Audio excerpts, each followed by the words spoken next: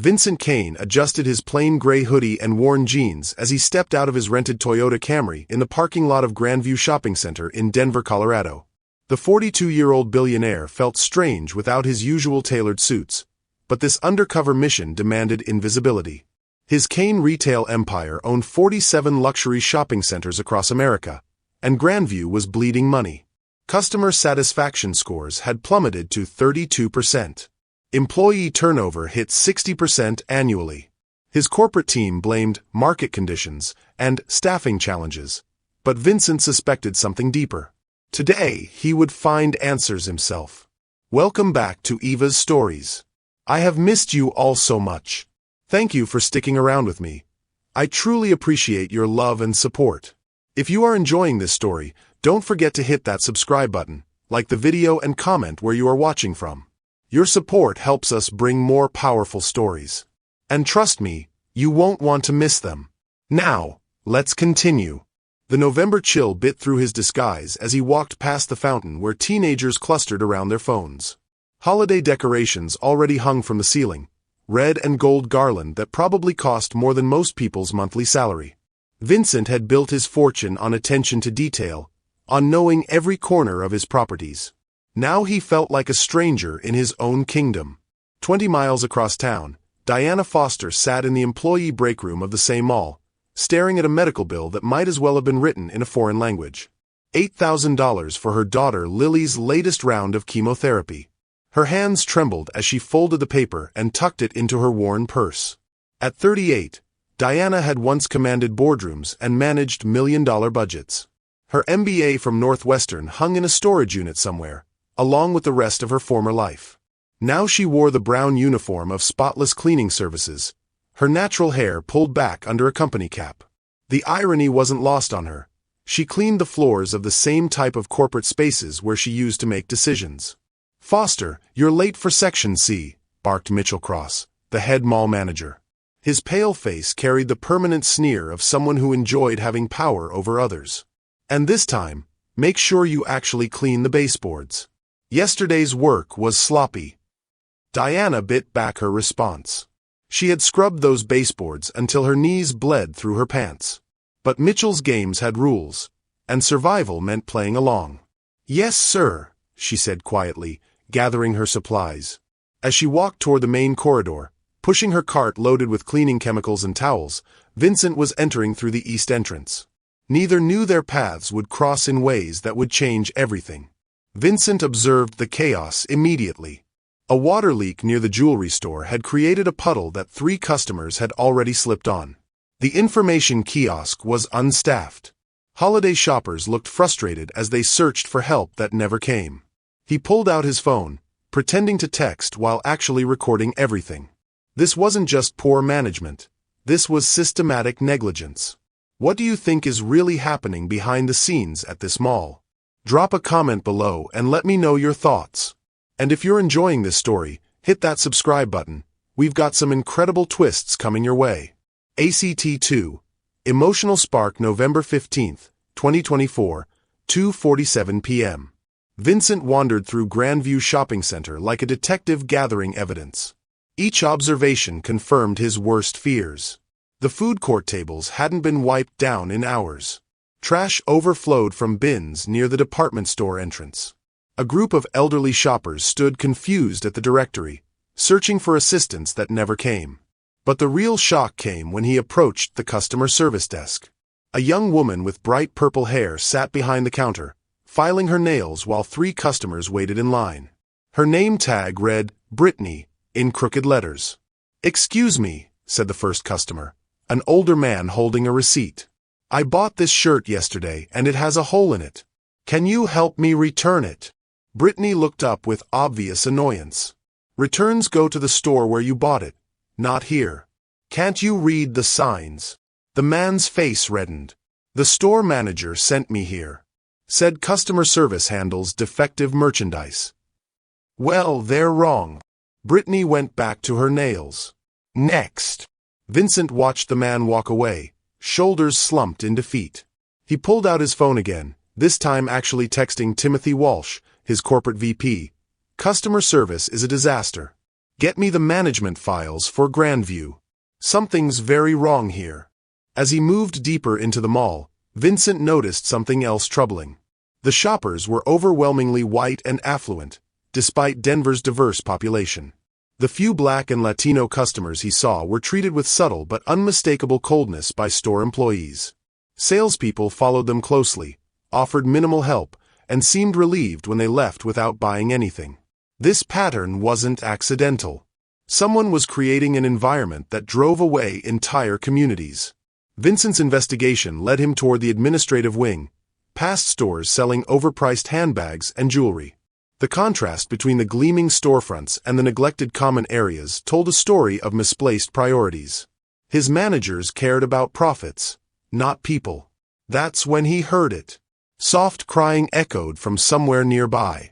Vincent followed the sound down a service corridor marked Employees Only. The fluorescent lights flickered overhead, casting harsh shadows on the concrete walls. This part of his mall looked more like a prison than a workplace. The crying grew louder as he approached a supply closet. The door stood slightly ajar, revealing a glimpse of brown uniform fabric and trembling shoulders. Vincent hesitated. His first instinct was to walk away, to maintain his cover and continue gathering intelligence. But something about the raw pain in those sobs stopped him cold. This wasn't ordinary workplace stress. This was the sound of someone breaking. He knocked gently on the doorframe. "Are you okay?" Diana Foster looked up, her dark eyes wide with panic. Tears streaked down her cheeks, and she quickly wiped them away with the back of her hand. "I'm fine. Just taking a break." But Vincent could see she wasn't fine.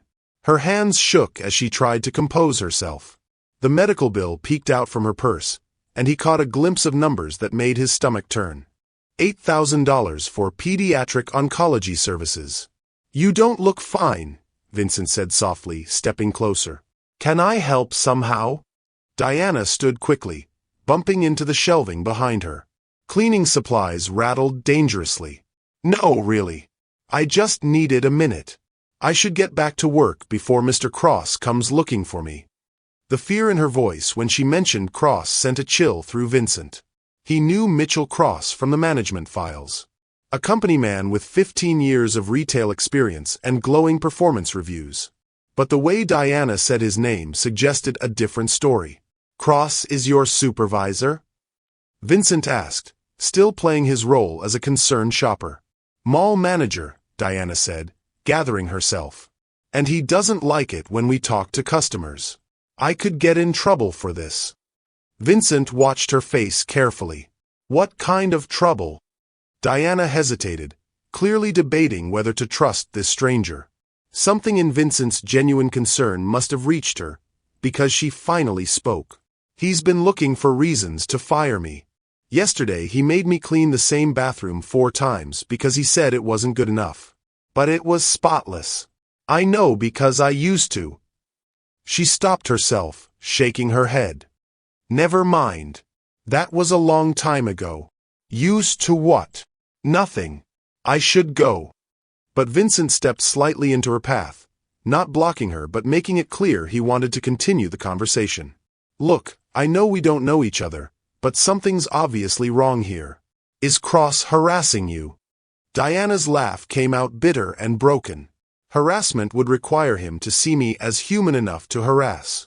To Mitchell Cross, I'm just another piece of equipment that needs to be replaced when it stops working efficiently." "What do you mean?" Diana glanced around nervously, making sure they were alone in the corridor. "He calls me girl, even though I'm probably older than him. Makes comments about how people like me should be grateful for any job we can get. Last week he told the security guards to watch me extra carefully because, you never know with these people." Vincent felt anger building in his chest. These people. Black people. Poor people. People who clean up after the real customers.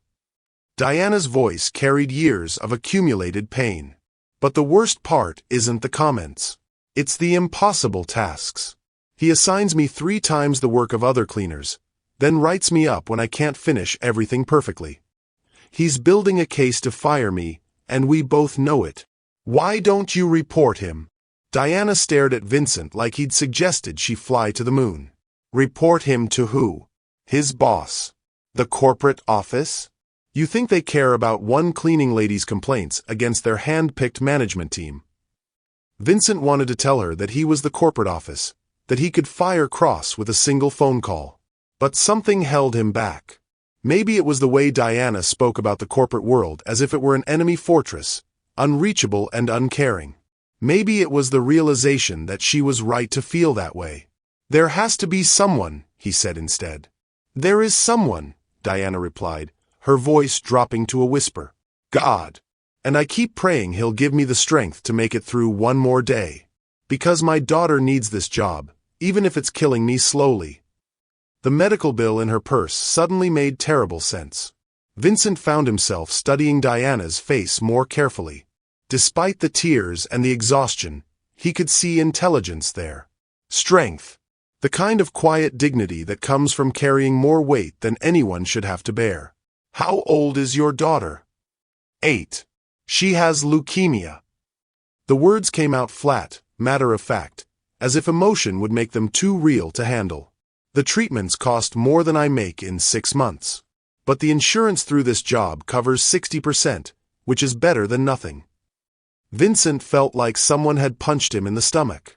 This woman was enduring systematic harassment and discrimination because the health insurance kept her daughter alive.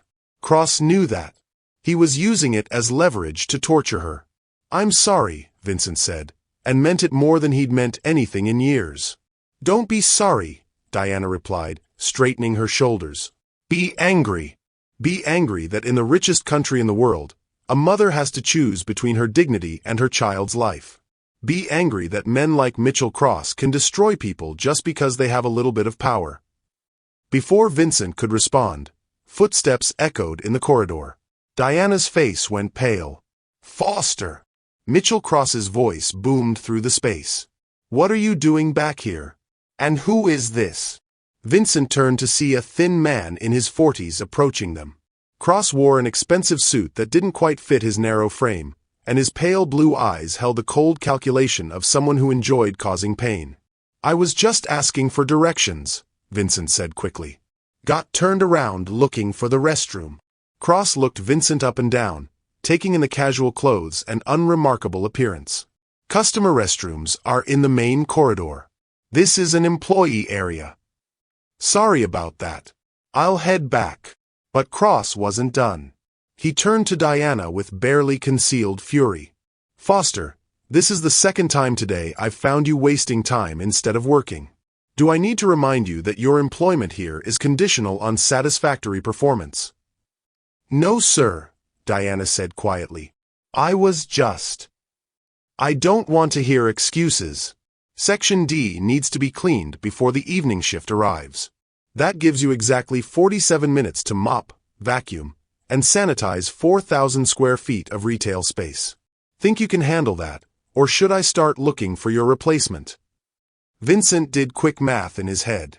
4,000 square feet in 47 minutes was physically impossible for one person, especially with the thoroughness Cross would undoubtedly demand. This wasn't a work assignment. It was deliberate sabotage. That seems like a lot for one person, Vincent said before he could stop himself. Cross's attention snapped to him like a predator spotting prey. I'm sorry, are you an employee here?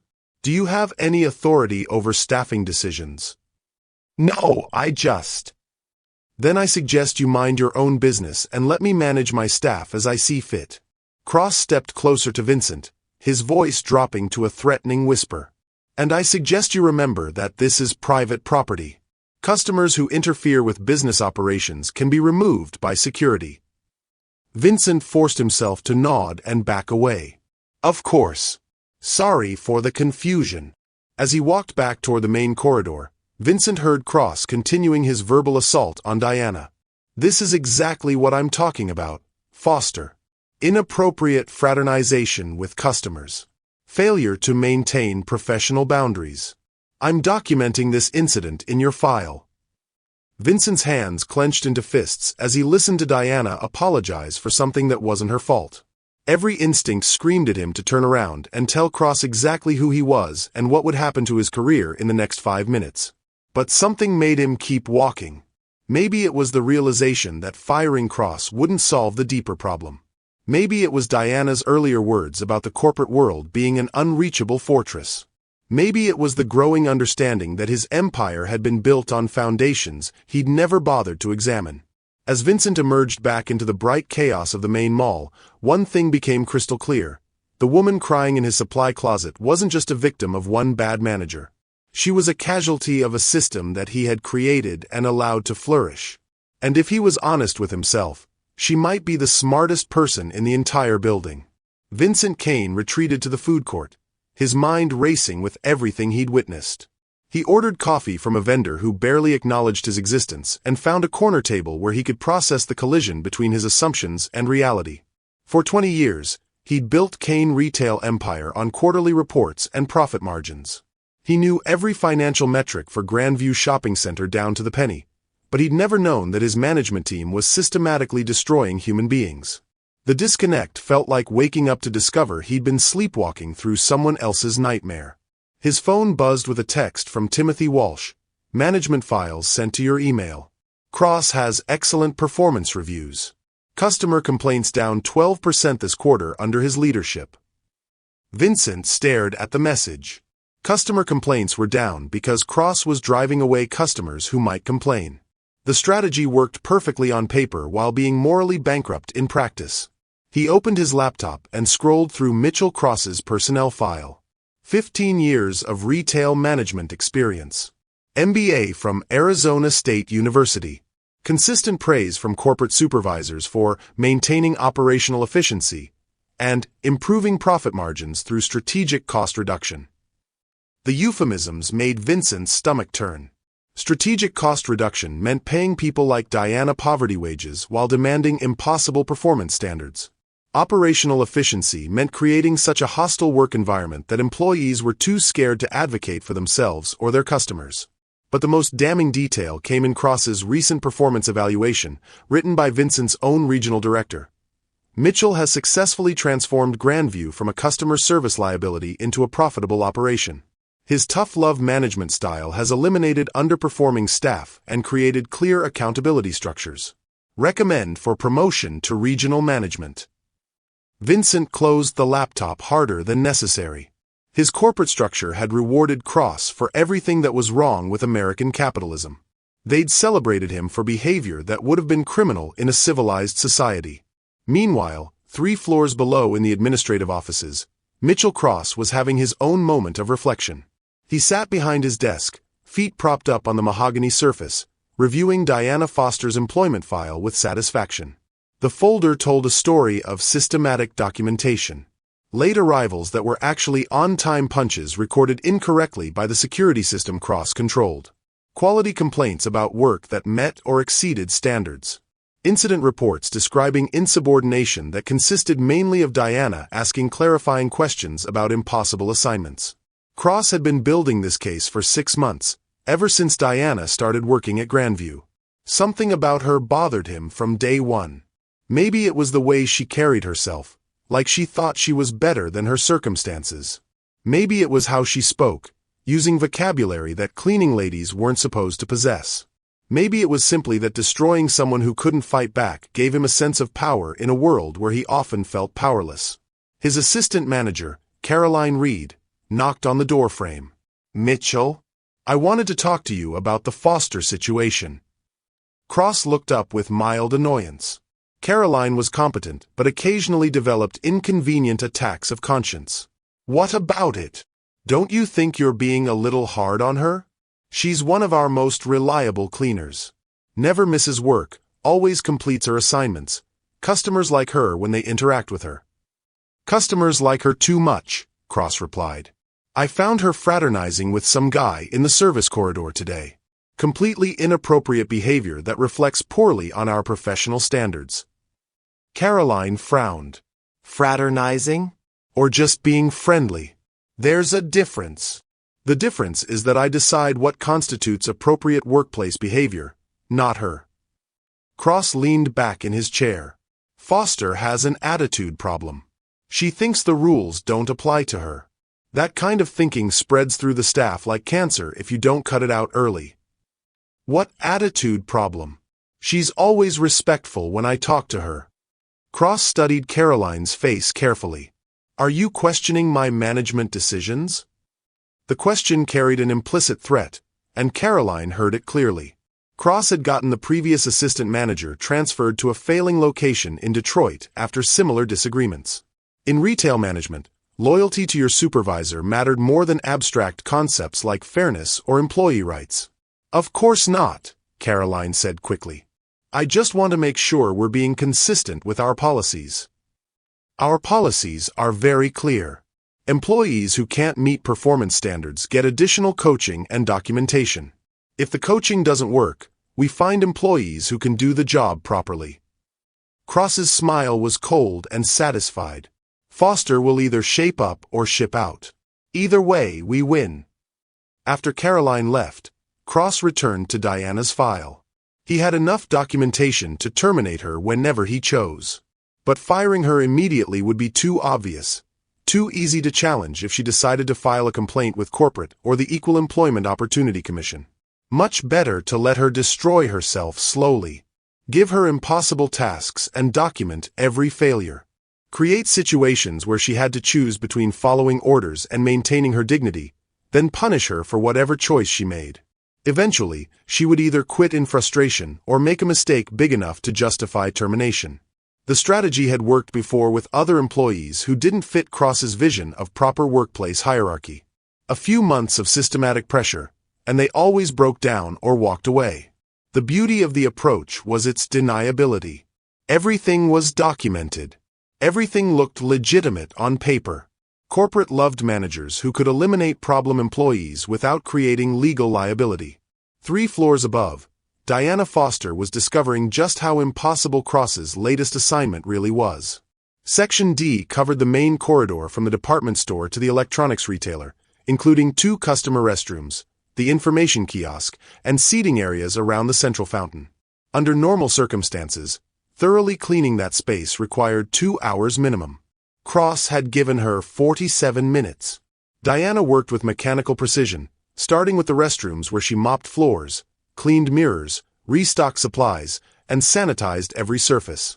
Her movements were efficient and practiced, muscle memory from 6 months of cleaning these same spaces every day. But efficiency couldn't overcome mathematics. By the time she finished both restrooms, 31 minutes had elapsed. That left 16 minutes for everything else.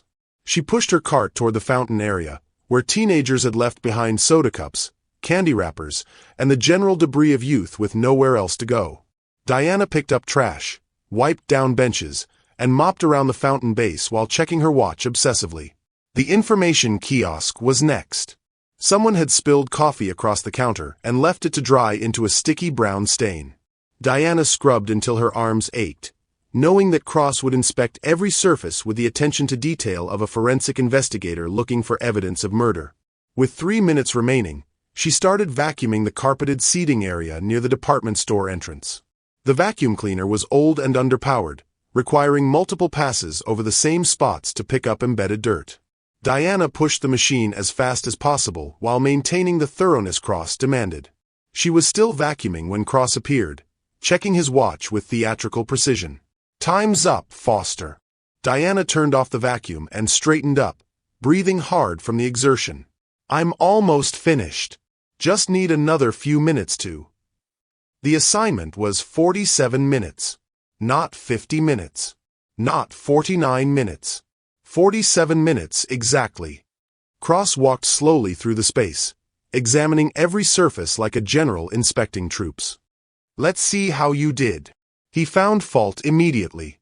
A small piece of candy wrapper had fallen behind one of the benches where Diana's hurried cleaning had missed it. The fountain area wasn't completely dry because she hadn't had time to mop and then return to dry the surface. The information kiosk looked clean but showed water spots where her quick cleaning had dried imperfectly. "Unacceptable," Cross announced, pulling out his phone to photograph the deficiencies. "Incomplete cleaning of assigned areas. Failure to follow basic quality standards."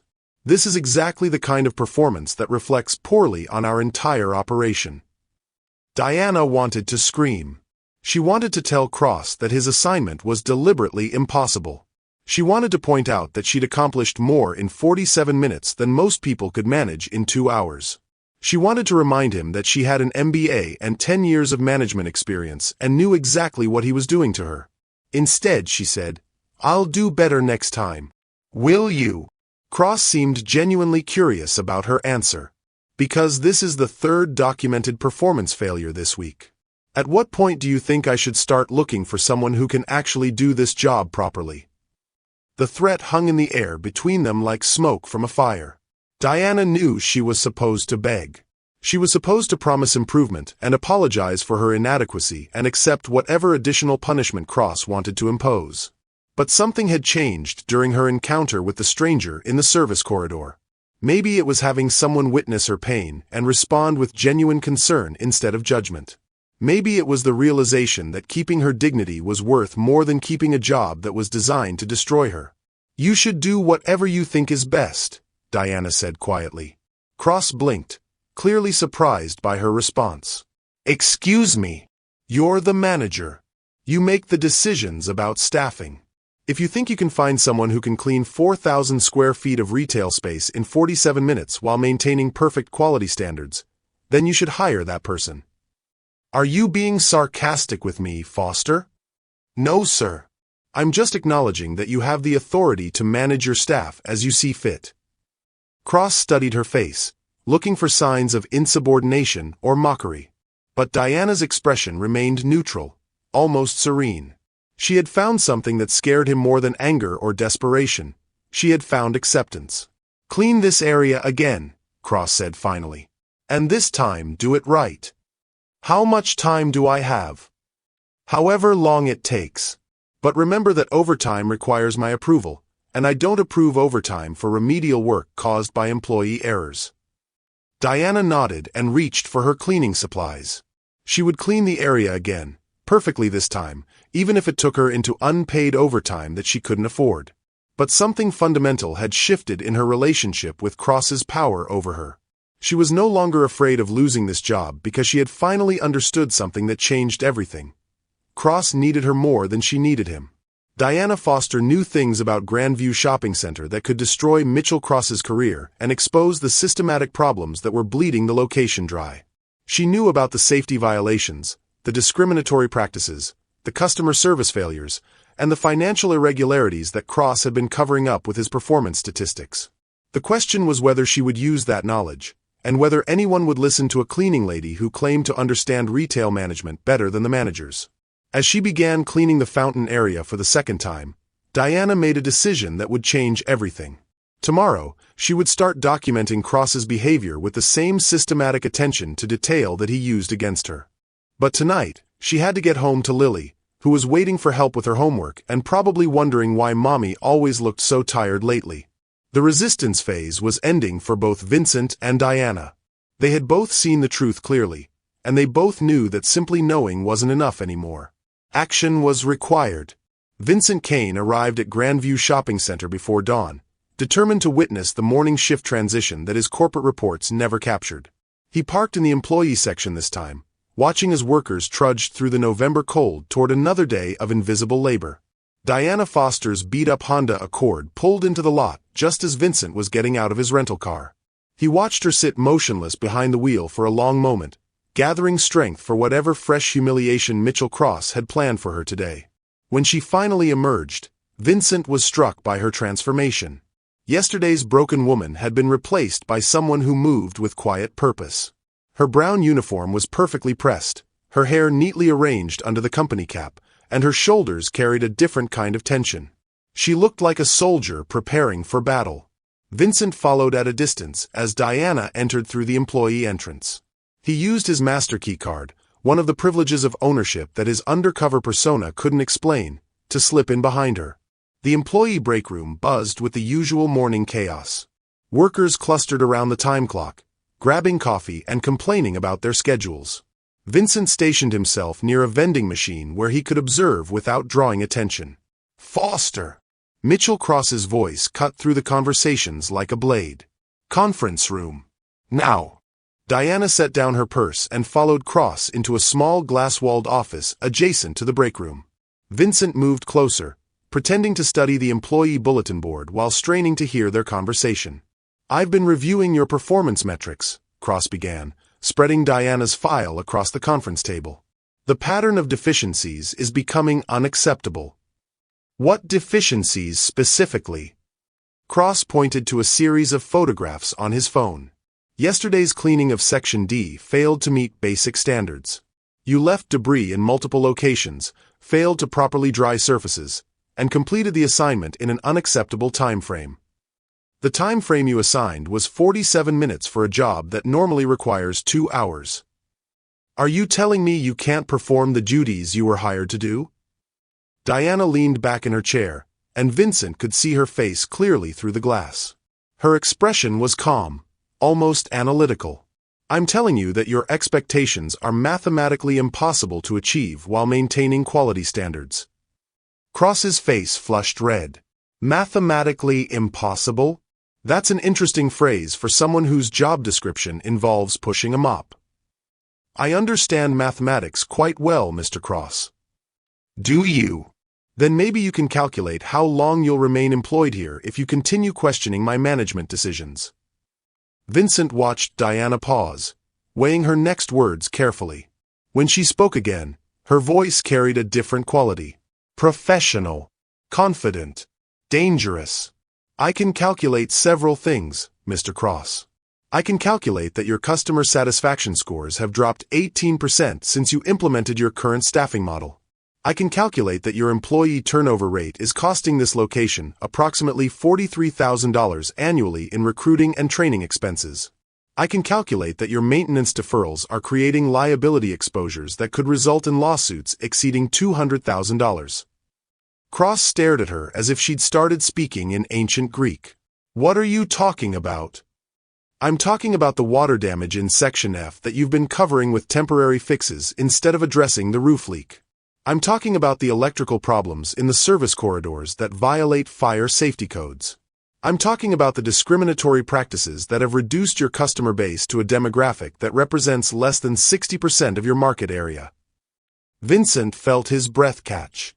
Diana was describing problems that he'd suspected but never confirmed, delivering analysis that sounded like it came from a senior consultant rather than a cleaning lady. Cross recovered from his shock quickly. "I don't know what kind of game you're playing, Foster, but it ends now. You're a janitor. You clean floors and empty trash cans. You don't analyze business operations or question management strategies." "You're right," Diana said softly. "I clean floors and empty trash cans, which means I see everything that happens in this building. I see the safety violations you ignore. I see the way your staff treats customers. I see the financial waste that could be eliminated with proper management." "Are you threatening me?" "I'm offering to help you solve problems that are bigger than personality conflicts between managers and cleaning staff." Cross stood up abruptly, his chair scraping against the floor. "This conversation is over. Report to Gloria Sanchez for your assignments. And Foster, I'll be watching every move you make today."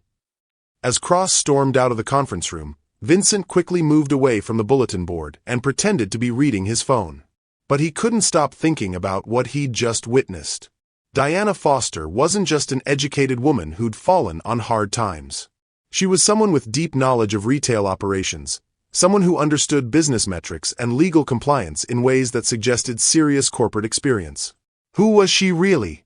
Vincent spent the next hour following Diana at a distance as she began her morning cleaning routine. But instead of simply working, she was documenting everything. She took photos of safety violations with her personal phone. She made notes about customer interactions she witnessed. She recorded timestamps for various incidents. At 9:15 a.m., Vincent's observation was interrupted by a commotion near the main entrance. An elderly woman had slipped on a wet floor that hadn't been properly marked with warning signs.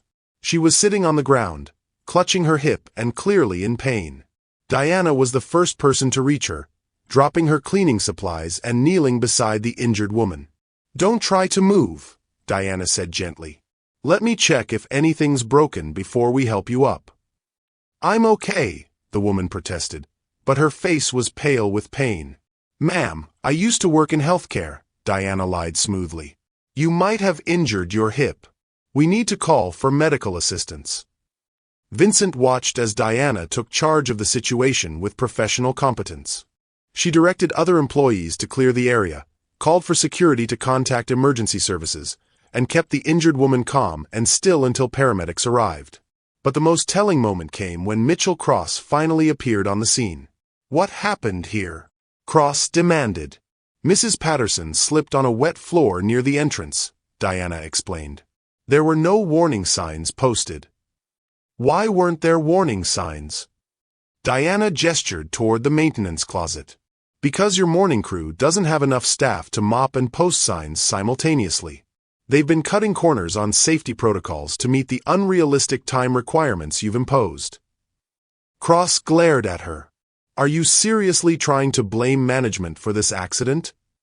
"I'm explaining the systemic issues that led to a preventable injury on your property."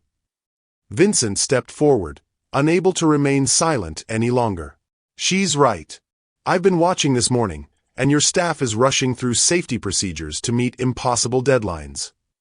Cross spun around to face Vincent. "You again? I thought I told you yesterday to mind your own business." "Customer safety is everyone's business," Vincent replied. "And this accident could have been prevented with proper protocols. Are you some kind of safety inspector? A lawyer? Or just another customer with too much time on his hands?" Vincent found himself in a delicate position. He couldn't reveal his identity without compromising his investigation, but he couldn't stand by and watch Cross deflect responsibility for a dangerous situation. "I'm someone who cares about people getting hurt because of negligent management," Vincent said finally. "Then you can care about it from outside my property."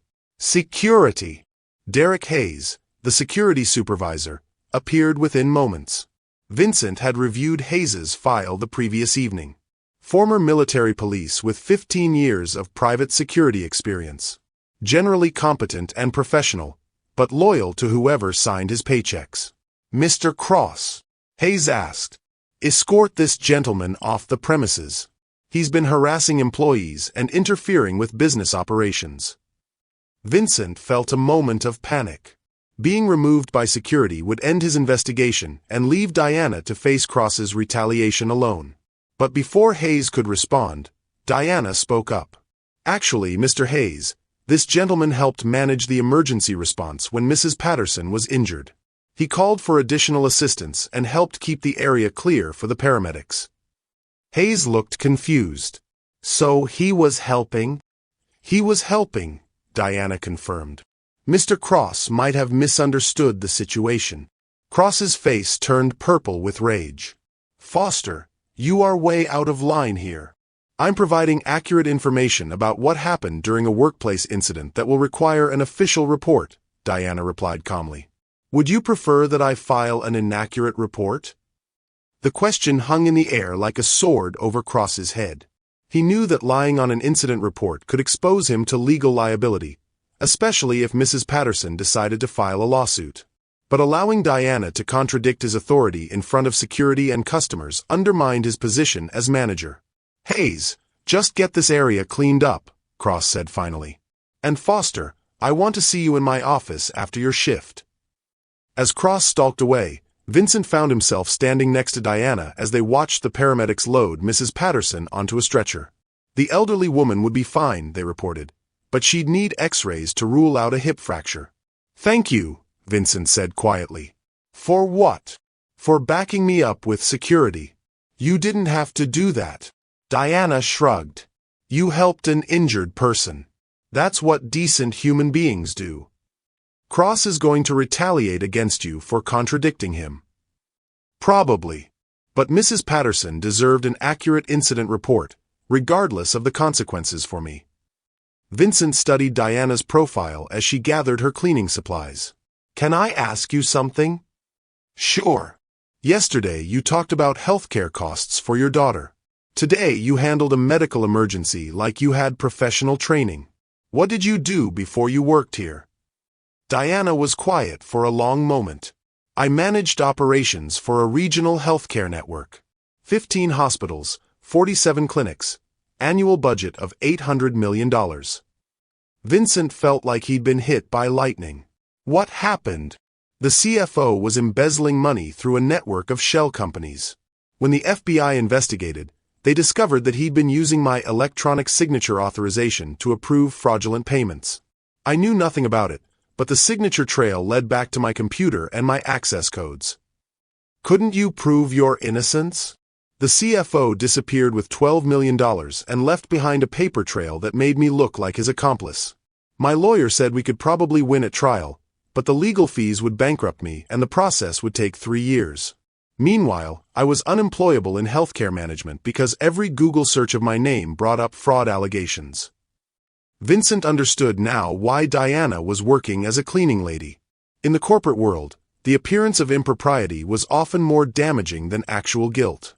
Background checks would flag her involvement in the fraud investigation, making her unemployable in any executive position. So you took the only job you could find. I took the only job where they didn't run a credit check or Google my name. And the health insurance keeps my daughter alive. Vincent felt the full weight of the injustice. Diana Foster was probably more qualified to run Grandview Shopping Center than anyone currently on the payroll, but she was trapped in a minimum wage job by circumstances beyond her control. What's your daughter's name? Lily. She's 8. Acute lymphoblastic leukemia, diagnosed 18 months ago. The survival rate is 90% with proper treatment, but the treatment costs more than most people make in 5 years. Vincent did quick mental math. If Diana was telling the truth about her background, she had the expertise to solve every problem he'd identified at Grandview. But she was locked in survival mode, unable to use her skills because losing her job would mean losing her daughter's healthcare. Diana, Vincent said, making a decision that would change both their lives. I think we need to talk. Vincent led Diana to a quiet corner of the food court, far from the morning shoppers and Mitchell Cross's watchful eyes. The Saturday crowd was lighter than usual, mostly families with young children and elderly couples taking advantage of senior discounts. I need to tell you something, Vincent began, then stopped. How do you explain to someone that you own the building where they scrub floors? How do you reveal that you've been living a lie while they've been forced into one? Diana waited patiently, her hands wrapped around a cup of coffee that Vincent had insisted on buying. She'd accepted the gesture with the careful grace of someone who couldn't afford to turn down kindness but didn't want to appear desperate. Yesterday, when you talked about the corporate world being unreachable, Vincent continued, you were talking about people like me. What do you mean? Vincent pulled out his wallet and extracted a business card that he'd been carrying for 20 years. Kane Retail Empire, Chief Executive Officer, Vincent Kane. He slid it across the small table and watched Diana's face change as she read it. You're. Diana's voice trailed off as understanding dawned. You own this place. I own this place. And 46 others like it across the country. Diana stared at the business card as if it might explode. Why are you telling me this? Because yesterday I thought I was investigating a management problem. Today I realized I've been watching someone who knows more about retail operations than my entire corporate team. I clean floors. You managed $800 million in healthcare operations. You diagnosed safety violations, customer service failures, and discriminatory practices that my own management reports missed completely. You're not just cleaning floors, Diana. You're documenting evidence of systematic failure at every level of this operation. Diana looked around nervously, as if Cross might materialize from the shadows. If you're really the CEO, then you know I could lose my job for talking to you like this. Cross can't fire you for talking to me. I outrank him by about 7 levels. But he doesn't know that, does he? And when he finds out you've been investigating Undercover, he'll assume I was helping you. He'll find a way to get rid of me that looks legitimate on paper. Vincent realized she was absolutely right. His investigation had inadvertently put Diana in an impossible position. If he revealed his identity, Cross would retaliate against her. If he didn't, the problems at Grandview would continue destroying lives. Tell me about the healthcare fraud, Vincent said instead. I need to understand what really happened. Diana was quiet for a long moment, stirring her coffee with mechanical precision. Have you ever trusted someone completely and discovered you were wrong? Yes. Dr. Raymond Fletcher was the CFO at Meridian Health Network. Brilliant man. Harvard MBA, 20 years of healthcare finance experience. He recruited me personally for my previous job, promised me the chance to revolutionize operations management in a growing healthcare system. Diana's voice carried the weight of old pain, carefully controlled but never forgotten. For 3 years, we worked together to build something special. Meridian was becoming a model for efficient, patient-centered healthcare delivery.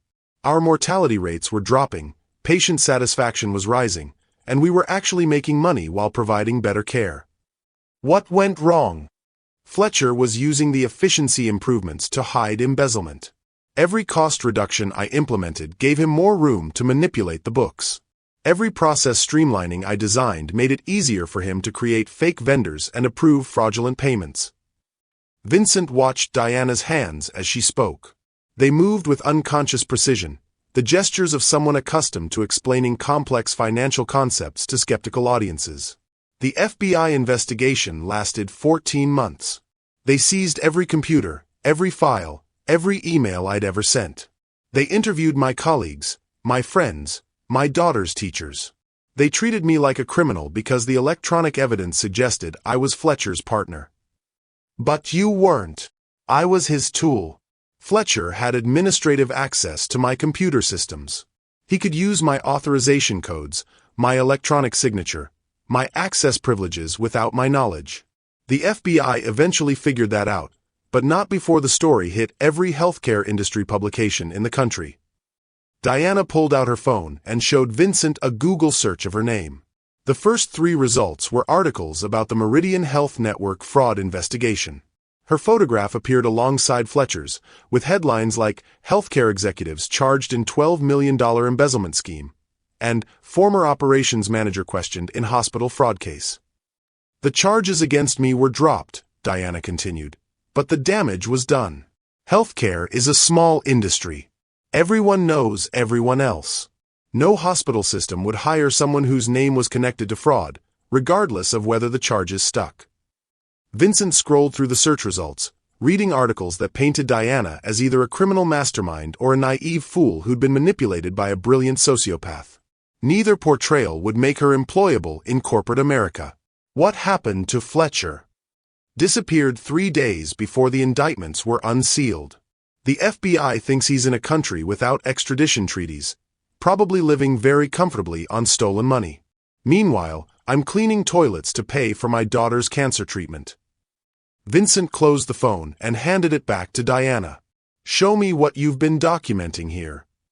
Diana glanced around the food court again, then pulled out a small notebook from her uniform pocket. The pages were filled with neat handwriting, dates, times, and detailed observations about everything from safety violations to customer service failures. November 10th, 2:30 p.m., Diana read. Water leak in Section F creates slip hazard. No warning signs posted. Maintenance aware but no repair scheduled. Risk assessment. High probability of customer injury. She flipped through more pages. November 12th, 9:15 a.m. Security guard Derek Hayes racially profiles 3 teenage customers, following them through stores while ignoring suspicious behavior by white customers in same area. Store managers aware but take no corrective action. Vincent studied the notebook as Diana continued reading. Every entry was precise, factual, and legally bulletproof. This wasn't the work of an angry employee looking for revenge. This was professional documentation by someone who understood liability management and legal compliance. November 14th, 4:45 p.m. Customer service representative refuses assistance to elderly Spanish-speaking customer, claiming language barrier prevents help. Same representative provides detailed assistance to English-speaking customer with identical request 15 minutes later. How long have you been keeping these records? Since my 2nd week.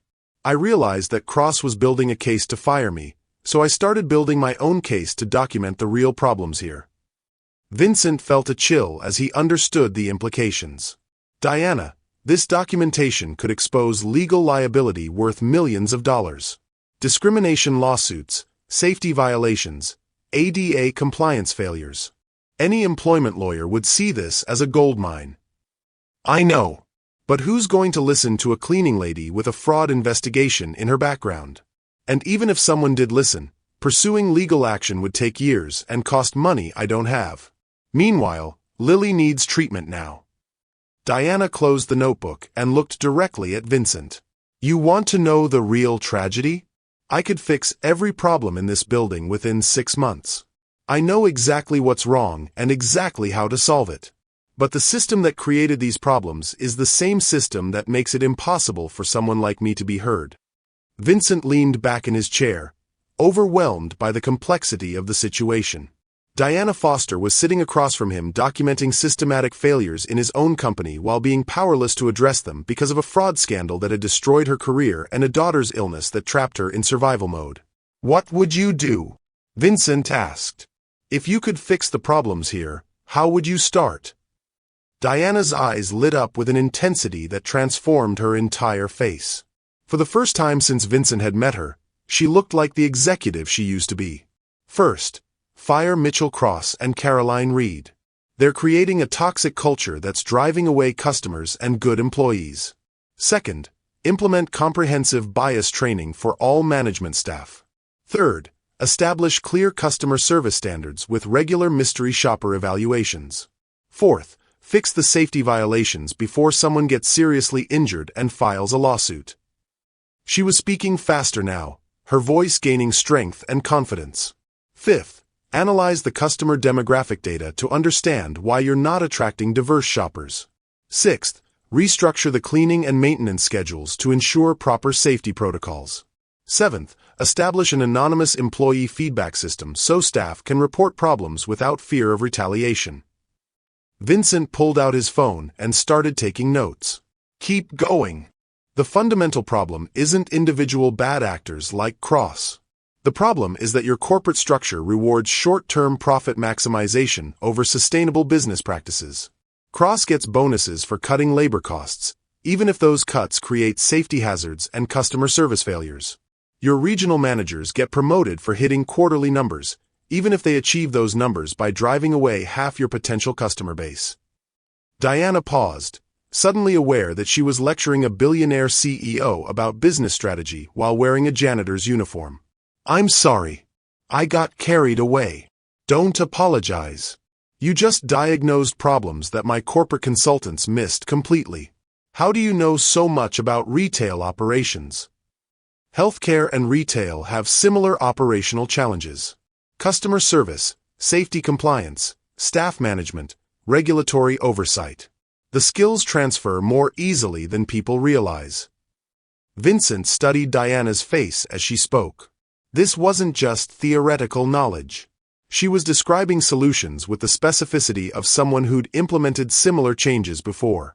Diana, I need to ask you something, and I need you to be completely honest with me. Okay. If I offered you a position in corporate management, would you take it? Diana laughed, but there was no humor in the sound. Mr. Kane, I appreciate the thought, but we both know that's impossible. No background check in the world would clear me for a management position in your company. What if I told you the background check was my decision to make? Then I'd tell you that hiring someone with fraud allegations in their history would be career suicide for a CEO. Your board of directors would fire you, your shareholders would revolt, and your corporate reputation would be destroyed. Vincent realized she was probably right. But something about the conversation felt like standing at the edge of a cliff, knowing that the only way forward was to jump and hope someone had built a bridge while you were falling. There might be another way, Vincent said slowly. What if we started smaller? What if you helped me fix Grandview first, and then we worried about the corporate implications later? Diana stared at him across the small table. Are you offering me a job? I'm offering you a chance to prove that you can solve the problems you've been documenting. No official title, no corporate announcement, no background check complications. Just you working with me to turn this place around. And what happens to my current job? To my health insurance? To Lily's treatment? Vincent felt the weight of responsibility settling on his shoulders. He was asking Diana to trust him with her daughter's life, to believe that a billionaire she'd met yesterday would protect her from a system that had already destroyed her once.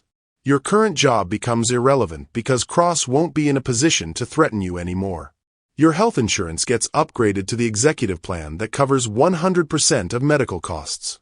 And Lily gets the best pediatric oncology care available, regardless of what it costs.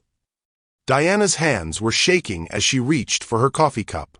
Why would you do that for someone you barely know? Because yesterday I thought I owned a successful business. Today I discovered I own a corporate disaster that's destroying people's lives. And the person who can fix it happens to be the same person who's been suffering the most from the problems. Vincent leaned forward, his voice dropping to an urgent whisper. Diana, I need your help. Not just because you understand the problems, but because you care about solving them for the right reasons. You're not trying to maximize profits or impress shareholders. You're trying to create a workplace where people can earn dignity along with their paychecks. Diana was quiet for a long time, staring at her reflection in the surface of her coffee.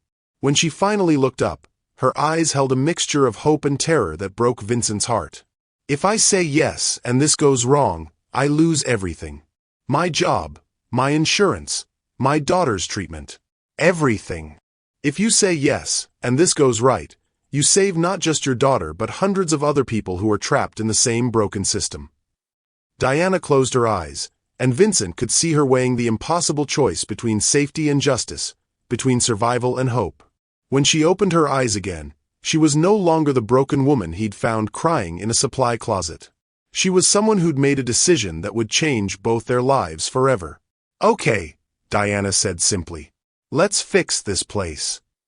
Vincent and Diana spent the afternoon transforming from strangers into conspirators. They moved through Grandview Shopping Center like undercover detectives, with Diana pointing out problems that Vincent's corporate training had never taught him to see. Watch this, Diana whispered as they approached the jewelry store. A young black couple was browsing engagement rings while the sales associate hovered nearby with obvious suspicion. Count how long it takes before she asks if they need help versus how long she watched them first. Vincent timed it. 3 minutes and 47 seconds of surveillance before the associate approached with a forced smile and immediately directed them toward the least expensive display case. Now watch this, Diana continued as an older white couple entered the same store. The associate greeted them within 15 seconds and immediately began showing them premium diamond rings without asking about budget. I see it, Vincent said quietly. But how do you prove something like that in court? You don't have to prove it in court. You have to prove it to your corporate conscience and then fix it before someone else proves it in court for you. They continued their unofficial audit, with Diana explaining the subtle mechanisms of discrimination that corporate reports couldn't capture. The way security guards followed certain customers. The way store employees provided different levels of service based on snap judgments about spending power. The way management created policies that looked neutral on paper but had discriminatory effects in practice. The brilliant evil of it, Diana explained as they sat on a bench near the fountain, is that everything looks legitimate when you examine individual incidents. One security guard following one customer could be coincidence. One sales associate providing poor service could be having a bad day. But when you document patterns over weeks and months, the discrimination becomes undeniable. Vincent was taking notes on his phone, occasionally asking clarifying questions that revealed how little his business education had prepared him for understanding the human cost of corporate policies. In healthcare, Diana continued, we called it death by 1,000 cuts. No single incident was dramatic enough to trigger investigation, but the cumulative effect slowly killed patients through delayed diagnoses, inadequate care, and systemic barriers to treatment. And here it's economic death by 1,000 cuts. Customers stop shopping because they're tired of being treated like criminals. Employees quit because they can't survive in a hostile work environment. The business slowly dies because the culture is toxic. As they talked, Vincent found himself studying Diana's face and gestures. When she discussed business operations, her entire demeanor changed. Her voice gained authority, her posture straightened, and her eyes held the focused intensity of someone solving complex problems. "You miss it," Vincent observed. "The work you used to do." Diana was quiet for a moment. "I miss being useful. I miss solving problems that mattered. I miss feeling like my brain was good for something other than memorizing cleaning supply inventory." "What was your favorite part of healthcare management?" "Process improvement.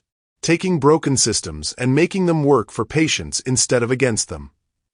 Diana's face lit up with genuine enthusiasm.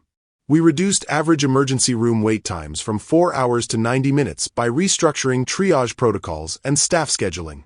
We cut hospital readmission rates by 30% by implementing better discharge planning and follow-up care coordination." Vincent could hear the pride in her voice, carefully controlled but unmistakable. Those changes probably saved lives. Hundreds of lives. Maybe thousands over time. Diana's expression grew distant. "That's what makes this so hard. I know I could save this place, but I'm trapped cleaning the floors instead of fixing the problems." "What if you weren't trapped anymore?" Vincent's question hung in the air between them. They both knew he was offering more than a temporary partnership. He was suggesting the possibility of redemption, of Diana reclaiming her professional identity and using her skills to create positive change. "Vincent," Diana said carefully, "I need you to understand something. If we do this, if we really try to fix Grandview, we're going to make enemies. Mitchell Cross won't go quietly. Your corporate team might resist changes that threaten their authority. Some employees will fight improvements because change is scary even when the status quo is terrible." "I understand. Do you?" "Because in healthcare, I learned that institutional change requires more than good intentions. It requires political skill, emotional resilience, and the ability to outmaneuver people who profit from broken systems." Vincent studied Diana's face. "Are you trying to talk me out of this?" "I'm trying to make sure you understand what you're signing up for. Because once we start, we can't stop halfway. Partial reform is worse than no reform because it creates the illusion of progress while preserving the fundamental problems." Vincent felt a chill of recognition. Diana was describing the exact trap that had allowed problems like Mitchell Cross to flourish in his company. Surface-level changes that looked good in corporate reports while deeper issues continued festering. What would complete reform look like? Diana pulled out her notebook and flipped to a page covered with diagrams and flowcharts. Systematic restructuring of management accountability, customer service protocols, employee training programs, and performance evaluation metrics. Complete overhaul of hiring practices to eliminate bias. Implementation of anonymous feedback systems and regular third-party audits. She pointed to different sections of her diagrams. Most importantly, alignment of management incentives with long-term success metrics instead of short-term profit maximization. Cross gets bonuses for cutting costs even when those cuts damage customer relationships and employee morale. That's backwards. Vincent realized he was looking at a comprehensive business transformation plan that was more sophisticated than anything his corporate consultants had ever produced. "How long did it take you to develop this?" 6 months of observation plus 20 years of management experience.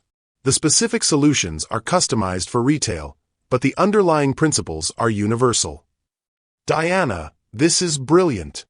This is obvious. The only reason your corporate team hasn't implemented these changes is that they profit from the current system. Reform threatens their position, so they have no incentive to pursue it." Vincent felt the weight of his own culpability. His corporate structure had rewarded exactly the kind of thinking that created places like Grandview. He'd been so focused on quarterly earnings reports that he'd never examined whether those earnings were sustainable or ethical. "I want to implement this plan," Vincent said. "All of it, even if it reduces short-term profits." "Especially if it reduces short-term profits. I'd rather own businesses that break even while treating people decently than businesses that make millions by destroying lives." Diana stared at him for a long moment. "You really mean that?" "I really mean that." "Then we have a lot of work to do." They spent the next hour walking through Grandview while Diana explained the practical steps required to implement her reform plan. Vincent found himself asking detailed questions about timeline, resource allocation, and change management strategies. The first phase focuses on immediate safety and legal compliance issues, Diana explained. Fix the water leak, update safety protocols, address the most egregious discrimination patterns. This phase protects you from lawsuits and creates visible improvements that boost employee morale. How long for Phase 1? 6 weeks if we move aggressively. 3 months if we're conservative. What about Cross? Diana's expression hardened. Cross gets terminated in week 1. Every day he remains in position undermines the credibility of reform and puts employees at risk of retaliation. Vincent nodded. And Phase 2? Phase 2 restructures management systems and implements new training programs. This is where we address the cultural problems that created people like Cross. It's also where we'll face the most resistance from your corporate team. Why? Because Phase 2 requires admitting that your current management philosophy is fundamentally flawed. That's a hard pill for successful executives to swallow. Vincent understood. His corporate team had built their careers on the management principles that Diana wanted to dismantle. Asking them to embrace reform was asking them to admit that their professional expertise was part of the problem. What about Phase 3? Phase 3 is long-term sustainability. We create systems that prevent future problems instead of just fixing current ones. Anonymous feedback mechanisms, regular bias audits, community engagement programs, employee advancement pathways. Diana paused near the fountain where they'd started their conversation hours earlier. Vincent, there's something else you need to consider. What? Your shareholders and board of directors. When they see profit margins decline during the reform process, they're going to pressure you to abandon the changes and return to business as usual. Vincent felt a knot forming in his stomach. Diana was right. His board consisted of investment professionals who cared about quarterly returns, not long-term social impact. They'd hired him to maximize shareholder value, not to conduct social experiments with corporate responsibility. How do we handle that pressure? We make the business case for reform. We demonstrate that sustainable practices produce better long-term results than exploitative ones. We show them that businesses like Grandview are failing because their current model is economically unsustainable. Diana pulled up financial data on her phone. Grandview's revenue has declined 18% over 3 years. Customer satisfaction scores are in the bottom quartile for your retail portfolio. Employee turnover costs exceed industry averages by 40%. The current management approach isn't just morally wrong, it's financially stupid. Vincent studied the numbers with growing amazement. Where did you get this data? Public corporate filings, industry reports, and 6 months of observation. Plus some educated guesses based on patterns I've seen in other organizations. Diana, you've essentially conducted a complete business analysis while working as a janitor. I've conducted a complete business analysis because I was working as a janitor. Management never sees what I see because management never goes where I go. Vincent felt a profound shift in his understanding of corporate leadership. For 20 years, he'd made decisions based on reports filtered through multiple layers of management. He'd never realized how much crucial information was lost in that filtering process. I want you to meet my daughter, Diana said suddenly. The change of subject caught Vincent off guard. What? Lily. I want you to meet her. If we're going to be partners in this, if you're going to help save her life through the health insurance changes, then you should know who you're helping. Vincent felt honored and terrified in equal measure. Meeting Lily would make this personal in ways that business partnerships weren't supposed to be personal. But it would also make the stakes real in ways that quarterly reports could never capture. I'd like that, Vincent said. Good. Because she's brilliant, and she's funny, and she's the reason I get up every morning to face people like Mitchell Cross. You should understand what we're really fighting for. As they walked toward the exit, Vincent realized that something fundamental had changed in his relationship with Diana. They were no longer CEO and employee, or even partners in a business venture. They were two people who'd found each other in impossible circumstances and decided to trust each other with everything that mattered. The feeling was simultaneously terrifying and exhilarating. "Diana," Vincent said as they reached the parking lot. "Thank you." "For what?"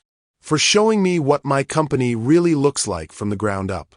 For trusting me with your story. For believing that change is possible even when the system seems hopeless." Diana smiled, and for the first time since Vincent had met her, the smile reached her eyes. "Thank you for listening. And for caring about more than just profit margins." They stood in the cold November air, two people who'd found unexpected partnership in the most unlikely circumstances. Neither knew what challenges lay ahead, but both knew they wouldn't face them alone. Tomorrow would bring Mitchell Cross's retaliation, corporate politics, and the beginning of a transformation that would test everything they believed about justice, business, and each other. But tonight, for the first time in months, Diana Foster would go home to her daughter with hope instead of despair. And for the first time in years, Vincent Kane would fall asleep knowing that his wealth might actually be used to make the world better instead of just making him richer. Vincent arrived at Grandview Shopping Center prepared for war. He'd spent Sunday night reviewing corporate policies, consulting with his legal team, and preparing termination paperwork for Mitchell Cross. Diana's reform plan was loaded on his laptop, ready for immediate implementation. But Mitchell Cross had spent the weekend preparing his own battle strategy. Vincent found Diana in the employee break room, surrounded by 3 security guards and Caroline Reed. The tension in the room was thick enough to cut with a knife.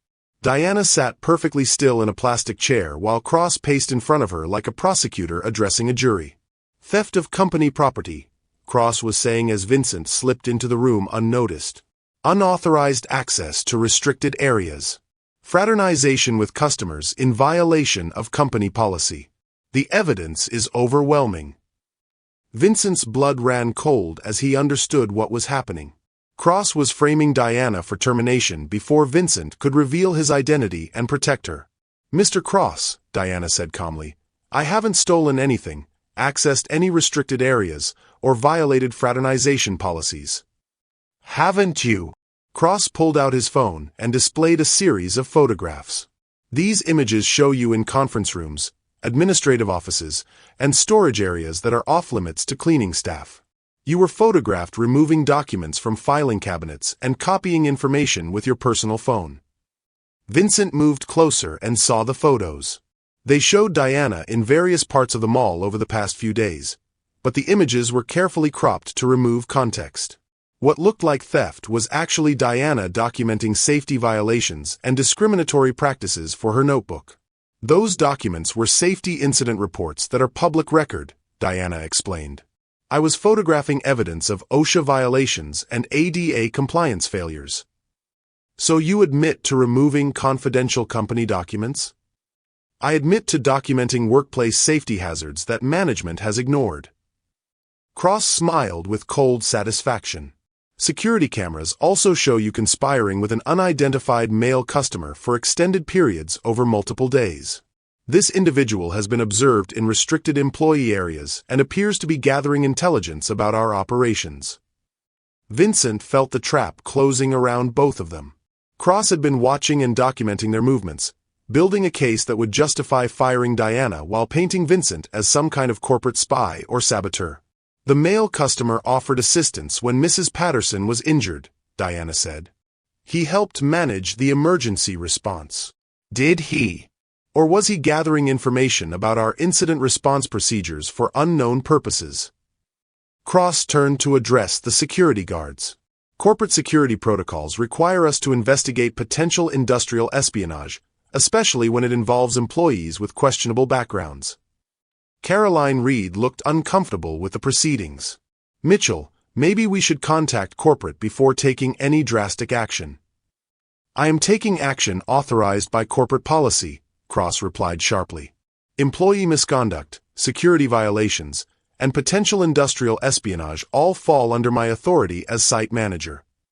Vincent knew he had to intervene, but revealing his identity would confirm Cross's narrative about Diana conspiring with outside interests. The situation was a masterpiece of bureaucratic manipulation that turned Diana's attempt to document problems into evidence of wrongdoing. "What exactly are you accusing her of?" Vincent asked, stepping forward. Cross spun around with triumph gleaming in his eyes. "And here's our mysterious customer, right on schedule. Gentlemen, I'd like you to meet Diana Foster's partner in whatever scheme they've been running." Derek Hayes, the security supervisor, looked confused. Partner in what scheme? Industrial espionage. Corporate sabotage. Possibly organized theft. Cross was improvising wildly now, but his accusations sounded plausible to security guards who didn't understand the real situation. "This man has been conducting unauthorized surveillance of our operations, while Foster provided him with access to restricted areas and confidential information." Vincent realized that Cross's strategy was brilliant in its simplicity. By framing their investigation as criminal activity, Cross could eliminate both threats to his authority while appearing to protect company interests. "That's ridiculous," Vincent said. "I'm a customer who offered help during a medical emergency." "Are you? Then you won't mind providing identification and explaining why security cameras show you accessing employee areas with a keycard that isn't registered to any current staff member." Vincent's heart sank. His master keycard access had been recorded by the security system, providing evidence that he had unauthorized access to restricted areas. In Cross's narrative, that access proved criminal intent rather than executive authority. "I can explain the keycard access," Vincent began. "I'm sure you can." After mall security conducts a full investigation and turns their findings over to local police. Cross turned to Derek Hayes. "Contact the Denver Police Department. I want both of these individuals arrested for criminal trespass, theft, and conspiracy." Diana stood up slowly, her face pale but determined. "Mr. Cross, you're making a serious mistake. The only mistake I made was not acting sooner when I first suspected you were running some kind of con game. The mistake you're making is assuming that Mr. Kane doesn't have the authority to be in those restricted areas." Cross paused, confusion flickering across his face. "Mr. Kane." Diana pulled Vincent's business card from her pocket and handed it to Cross. "Vincent Kane, Chief Executive Officer, Kane Retail Empire. The man who owns this building and has the authority to fire you with a phone call." The conference room fell silent as Cross stared at the business card. Vincent watched recognition dawn on the security guards' faces as they realized they'd been asked to arrest their ultimate boss for trespassing on his own property. "This is fake," Cross said finally, but his voice lacked conviction. Vincent pulled out his wallet and produced his driver's license, corporate credit cards, and executive identification badge. "Derek, you can verify my identity through corporate security if you have any doubts." Hayes was already reaching for his radio. "This is Hayes at Grandview. I need identity verification for Vincent Kane, CEO. Please confirm if he's currently on site for inspection purposes." The response came within 30 seconds. "Affirmative. Mr. Kane is conducting unscheduled site evaluation. Extend full cooperation and assistance." Cross's face went through a series of expressions, from disbelief to anger to panic, as he understood the magnitude of his error. He just accused the CEO of his own company of criminal conspiracy while attempting to fire the woman who'd been helping him investigate management failures. "Mr. Kane," Cross said, his voice taking on a desperate, obsequious tone, "I had no idea you were conducting an undercover evaluation. If I had known..." "If you had known, you would have hidden the problems instead of solving them," Vincent replied coldly. "Which is exactly why I didn't announce my visit. Sir, I can explain everything. The accusations against Foster were based on legitimate security concerns. The accusations against Diana were based on your desire to eliminate someone who was documenting your systematic violations of company policy, federal law, and basic human decency." Cross looked around the room desperately, seeking support from Caroline or the security guards. But everyone was staring at him with the horrified fascination of people watching a career self-destruct in real time. "Mr. Kane, with all due respect, you don't understand the full situation here. Foster has a history of fraud and embezzlement. Her background check revealed that she was falsely accused in a fraud investigation and never charged with any crime," Vincent interrupted. But your background check apparently didn't reveal that she has more business expertise than your entire management team combined. Vincent turned to address Derek Hayes. Mr. Hayes, please escort Mr. Cross to his office so he can clean out his personal belongings. His employment with Kane Retail Empire is terminated effective immediately. Sir, Cross said, his voice cracking with panic, you can't fire me based on false allegations from a disgruntled employee. I have 15 years of excellent performance reviews. I've improved this location's profit margins by 18%. You've improved short-term profit margins by creating a hostile work environment that drives away customers and good employees. You've exposed the company to millions of dollars in legal liability through discriminatory practices and safety violations. Most importantly, you've forgotten that our employees are human beings who deserve to be treated with dignity and respect. Cross made one final desperate attempt to save his career. Mr. Kane, if you fire me over this woman's complaints, you're setting a dangerous precedent. Every disgruntled employee will think they can manipulate corporate executives with sob stories and false accusations. Vincent felt something cold and final settle in his chest. Mitchell, the dangerous precedent I'm setting is that managers who abuse their authority will be held accountable regardless of their performance reviews or profit margins. You're making a mistake that will cost you millions in lawsuits and damaged corporate reputation. The mistake that's going to cost millions in lawsuits is the one you've been making every day for the past year. Diana documented enough legal violations to keep employment lawyers busy for the next decade. Cross turned to Diana with pure hatred in his eyes. You think you've won something here? You think destroying my career makes you a hero? Diana met his gaze without flinching. I think preventing you from destroying other people's lives makes me a human being. You're a fraud and a con artist who manipulated a naive CEO with a sob story about your sick daughter. Vincent stepped between them. That's enough. Derek, get him out of here. Now. As Hayes escorted Cross from the room, the fired manager turned back one final time. This isn't over, Kane. When your board of directors hears that you fired a successful manager based on the complaints of a janitor with a criminal background, they'll remove you from the CEO position. You've just destroyed your own career to defend someone who isn't worth defending. After Cross left, Vincent and Diana stood in the conference room with Caroline Reed and the remaining security guards.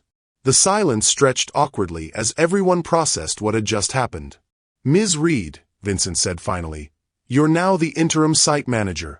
Your first priority is reviewing all of Cross's recent personnel decisions and documenting any discriminatory practices or policy violations. Caroline nodded nervously. Yes, sir. Should I contact corporate HR about the transition? I'll handle corporate communications. You focus on making sure employees feel safe to report problems without fear of retaliation. As the security guards and Caroline left the room, Vincent and Diana found themselves alone with the wreckage of their carefully planned reform strategy. Well, Diana said quietly, that didn't go according to plan. Vincent sat down heavily in one of the conference room chairs. Cross was right about one thing. When my board hears about this, they're going to question my judgment and my leadership capability. Are you having second thoughts? Vincent looked at Diana, taking in her calm expression and steady voice despite everything that had just happened. Are you? I knew the risks when I agreed to help you. The question is whether you're prepared for the corporate politics that come next. Vincent realized that Cross's parting threat wasn't just angry bluster. Firing a successful manager to protect a cleaning lady would be seen by many corporate executives as evidence of poor judgment or emotional instability. His board would demand explanations that might not be satisfactory. Diana, I need you to understand something. What just happened in this room might cost me my job. I understand. Do you? Because if the board removes me as CEO, I won't be able to protect you or implement the reforms we discussed. You could end up worse off than when we started. Diana was quiet for a long moment, considering the implications. Vincent, 3 days ago I was a broken woman crying in a supply closet, convinced that my life was over. Today I helped expose a corrupt manager and potentially saved other employees from the abuse I've been enduring. Even if everything falls apart from here, I'm better off than I was. Vincent felt a profound sense of admiration for Diana's courage and resilience. But he also felt the weight of responsibility for dragging her into a corporate war that she might not survive. "I won't let you get hurt because of this," Vincent said. "You can't promise that. But you can promise to keep fighting for what's right, regardless of the personal cost." Vincent stood up and walked to the window overlooking the main corridor of Grandview Shopping Center. Customers were beginning to arrive for another day of shopping, unaware that the management structure of the entire building had just collapsed. "Cross was right about one more thing," Vincent said without turning around. "This is just the beginning. When corporate finds out what happened here, the real battle starts." Diana joined him at the window. "Then we better get ready for war." As they watched the morning shoppers navigate the gleaming corridors below, both Vincent and Diana understood that their partnership had just survived its first major test. But the challenges ahead would make Mitchell Cross look like a minor obstacle in comparison. The corporate establishment that had created and protected people like Cross was about to discover that their carefully constructed system of exploitation had two very dangerous enemies: a billionaire CEO with a guilty conscience and a cleaning lady with nothing left to lose. Vincent sat in his rental car outside Diana's apartment complex in Aurora, Colorado, staring at the text message that had arrived 20 minutes earlier. "Emergency board meeting called for tomorrow 9 a.m. Cross filed formal complaint alleging CEO misconduct and abuse of authority. Legal recommends you prepare defense immediately. Timothy Walsh." The apartment building looked tired, with faded brick walls and a parking lot full of cars that had seen better decades. This was where Diana came home every night after enduring Mitchell Cross's harassment, where she helped her 8-year-old daughter with homework while worrying about medical bills that exceeded her annual salary. Vincent had never felt the weight of wealth inequality more acutely than in this moment, sitting in his luxury rental while preparing to knock on the door of someone who cleaned floors to survive. His phone rang. Timothy Walsh, his corporate vice president and closest advisor for 15 years. "Vincent, what the hell happened at Grandview? I fired Mitchell Cross for creating a hostile work environment and exposing the company to massive legal liability." "That's not what Cross is telling the board. He's claiming you conducted an unauthorized investigation, violated corporate protocol, and made personnel decisions based on personal relationships rather than business judgment." Vincent felt his stomach drop. "Personal relationships?"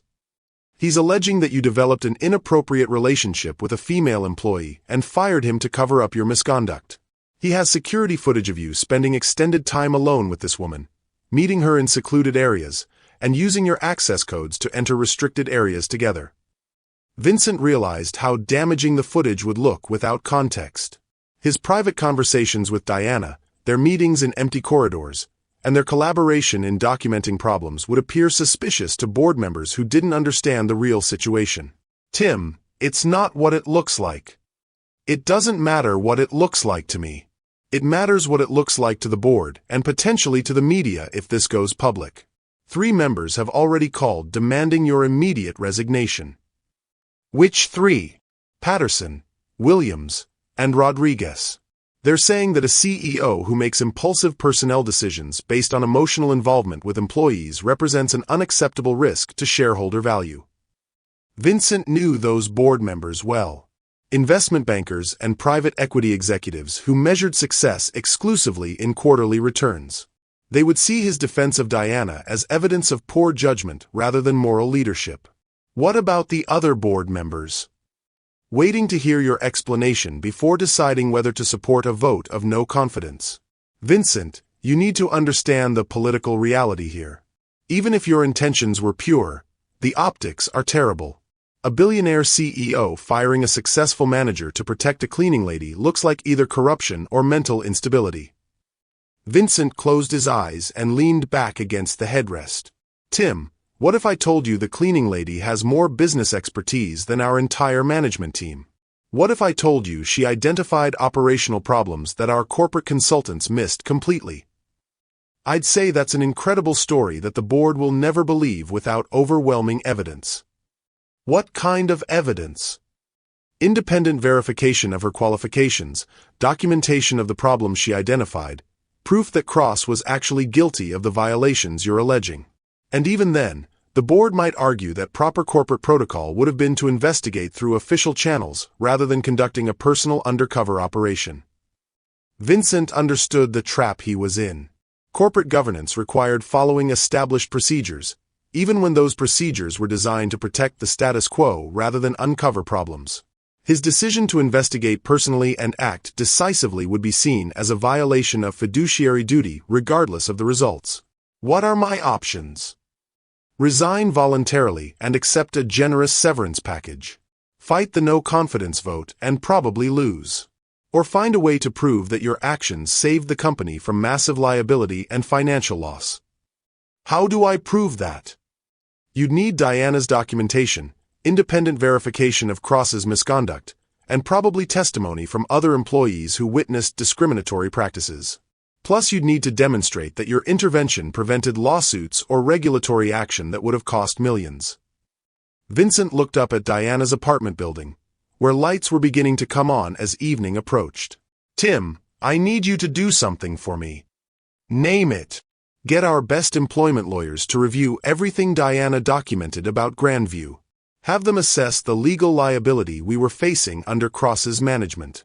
And get HR to conduct a full investigation of Cross's personnel decisions over the past year. Vincent, that kind of investigation could take weeks. Your board meeting is tomorrow morning. Then we better work fast.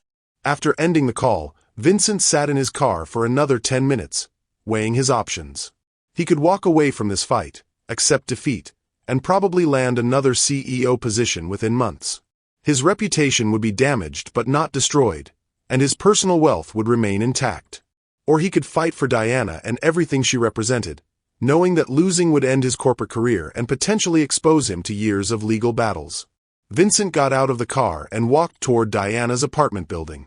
Diana answered the door wearing jeans and a worn sweater, her hair loose around her shoulders. Without the uniform and company cap, she looked younger and somehow more vulnerable. Vincent, what are you doing here? I need to talk to you. And I'd like to meet Lily, if that's okay. Diana stepped aside to let him in. The apartment was small but immaculate, with furniture that had been carefully maintained despite its age.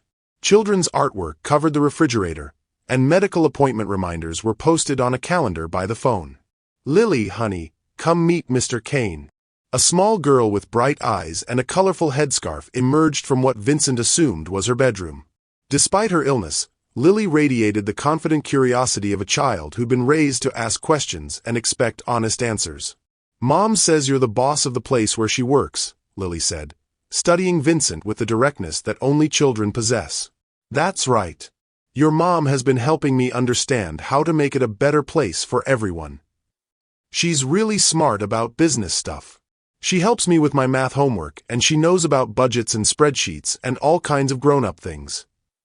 Vincent knelt down to Lily's eye level. What kind of math homework? Fractions and percentages.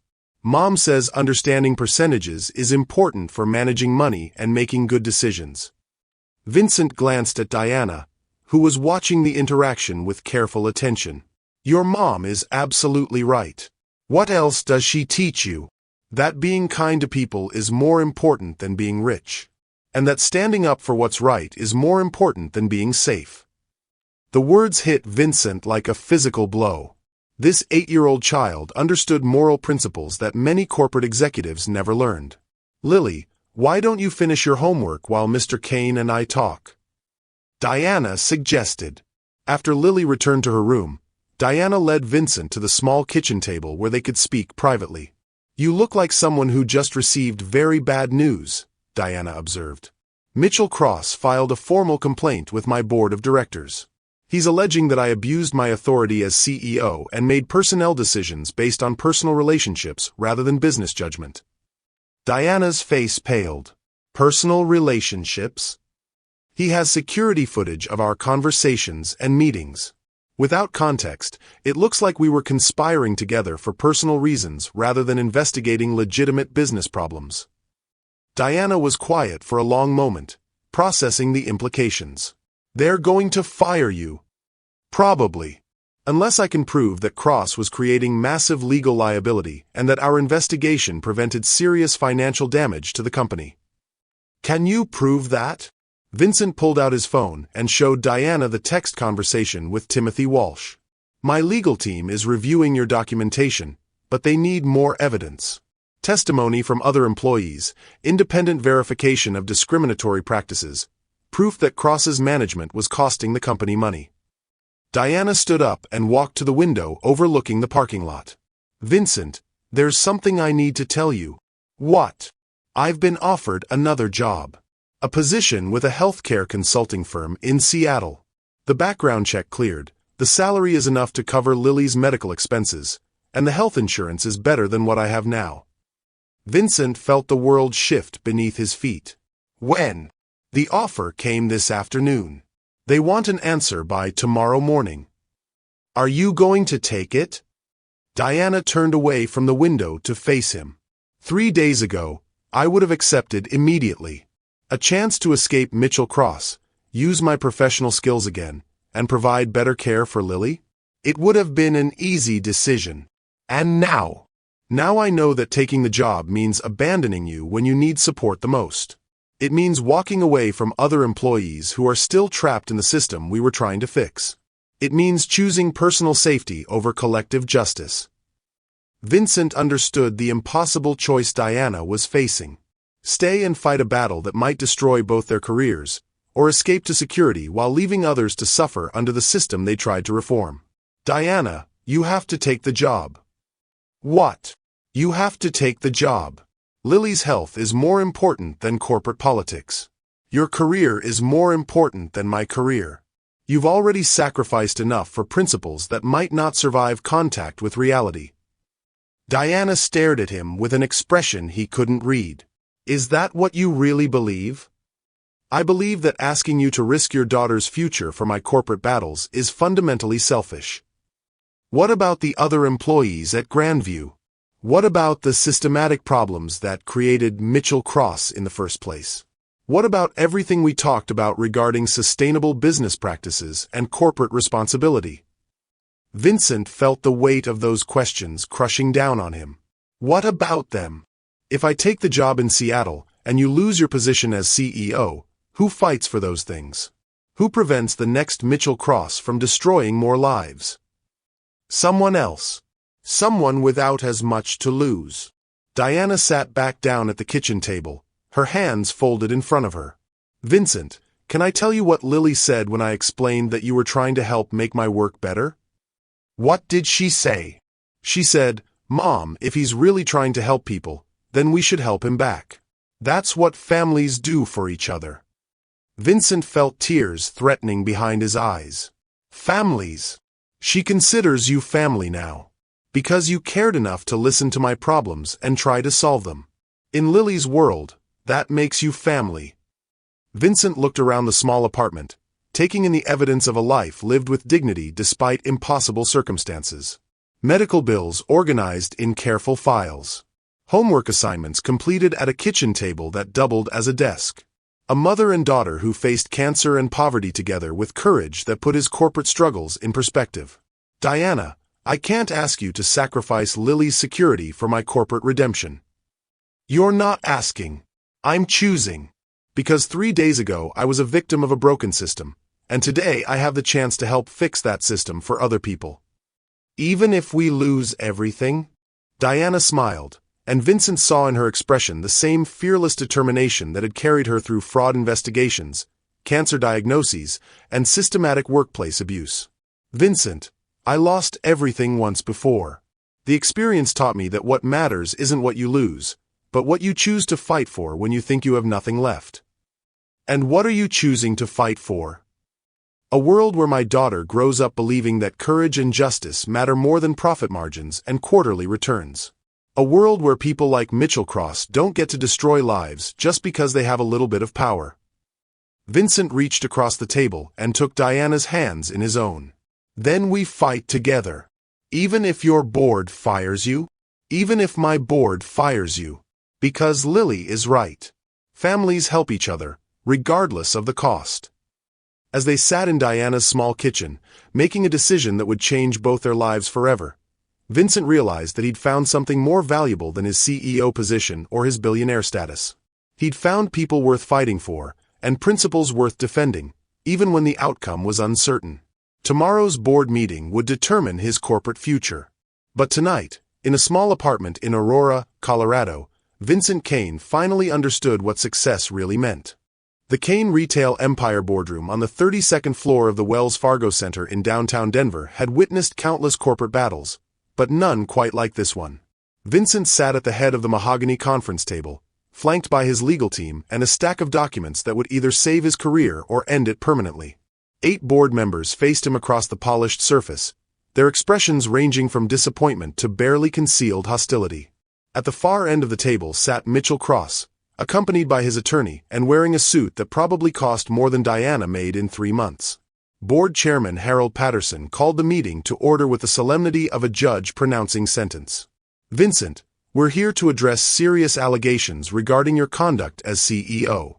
Mr. Cross has presented evidence suggesting abuse of authority, violation of corporate protocols, and potentially inappropriate relationships with employees."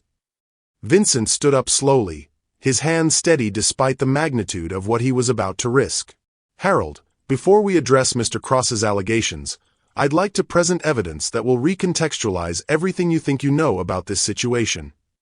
"Vincent," interrupted board member Angela Williams, "we've reviewed the security footage. We've seen the photos of you meeting secretly with this cleaning woman. The optics alone are damaging enough to justify your removal." "The optics would be damaging if the meetings were inappropriate. They're actually damaging to our company's reputation for entirely different reasons." Vincent activated the conference room's presentation screen and displayed the first slide of a comprehensive report prepared by his legal team through the night. "What you're looking at is a legal liability assessment for Grandview Shopping Center under Mitchell Cross's management." The slide showed a staggering list: estimated legal exposure, $4.7 million. OSHA violations, 23 documented cases. ADA compliance failures, 31 instances. Equal employment opportunity violations, 47 documented incidents. Potential class action lawsuit exposure, high probability. Board member Robert Torres leaned forward. "Where did these numbers come from?" Independent legal analysis conducted by Morrison, Klein & Associates, based on documentation provided by Diana Foster, the cleaning woman Mr. Cross is attempting to discredit. Vincent clicked to the next slide, showing Diana's credentials. Diana Foster, MBA, Northwestern University. 10 years senior management experience in healthcare operations.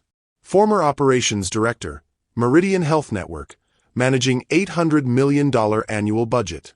Falsely implicated in embezzlement investigation, charges dropped, perpetrator fled the country. The room fell silent as board members absorbed the information. Cross's attorney whispered urgently in his client's ear. "Diana Foster isn't just a cleaning lady," Vincent continued. "She's a senior executive who was blacklisted from corporate employment due to a fraud scandal she had no part in. She took a minimum wage job to maintain health insurance for her daughter's cancer treatment." Vincent clicked to surveillance photos showing Cross's interactions with Diana and other employees. What Mr. Cross characterized as inappropriate fraternization was actually Diana documenting systematic workplace discrimination that exposed our company to millions in legal liability. Board member Patricia Martinez studied the photos carefully. "These images show Cross creating hostile work environments. They show Cross implementing management practices that violate federal employment law.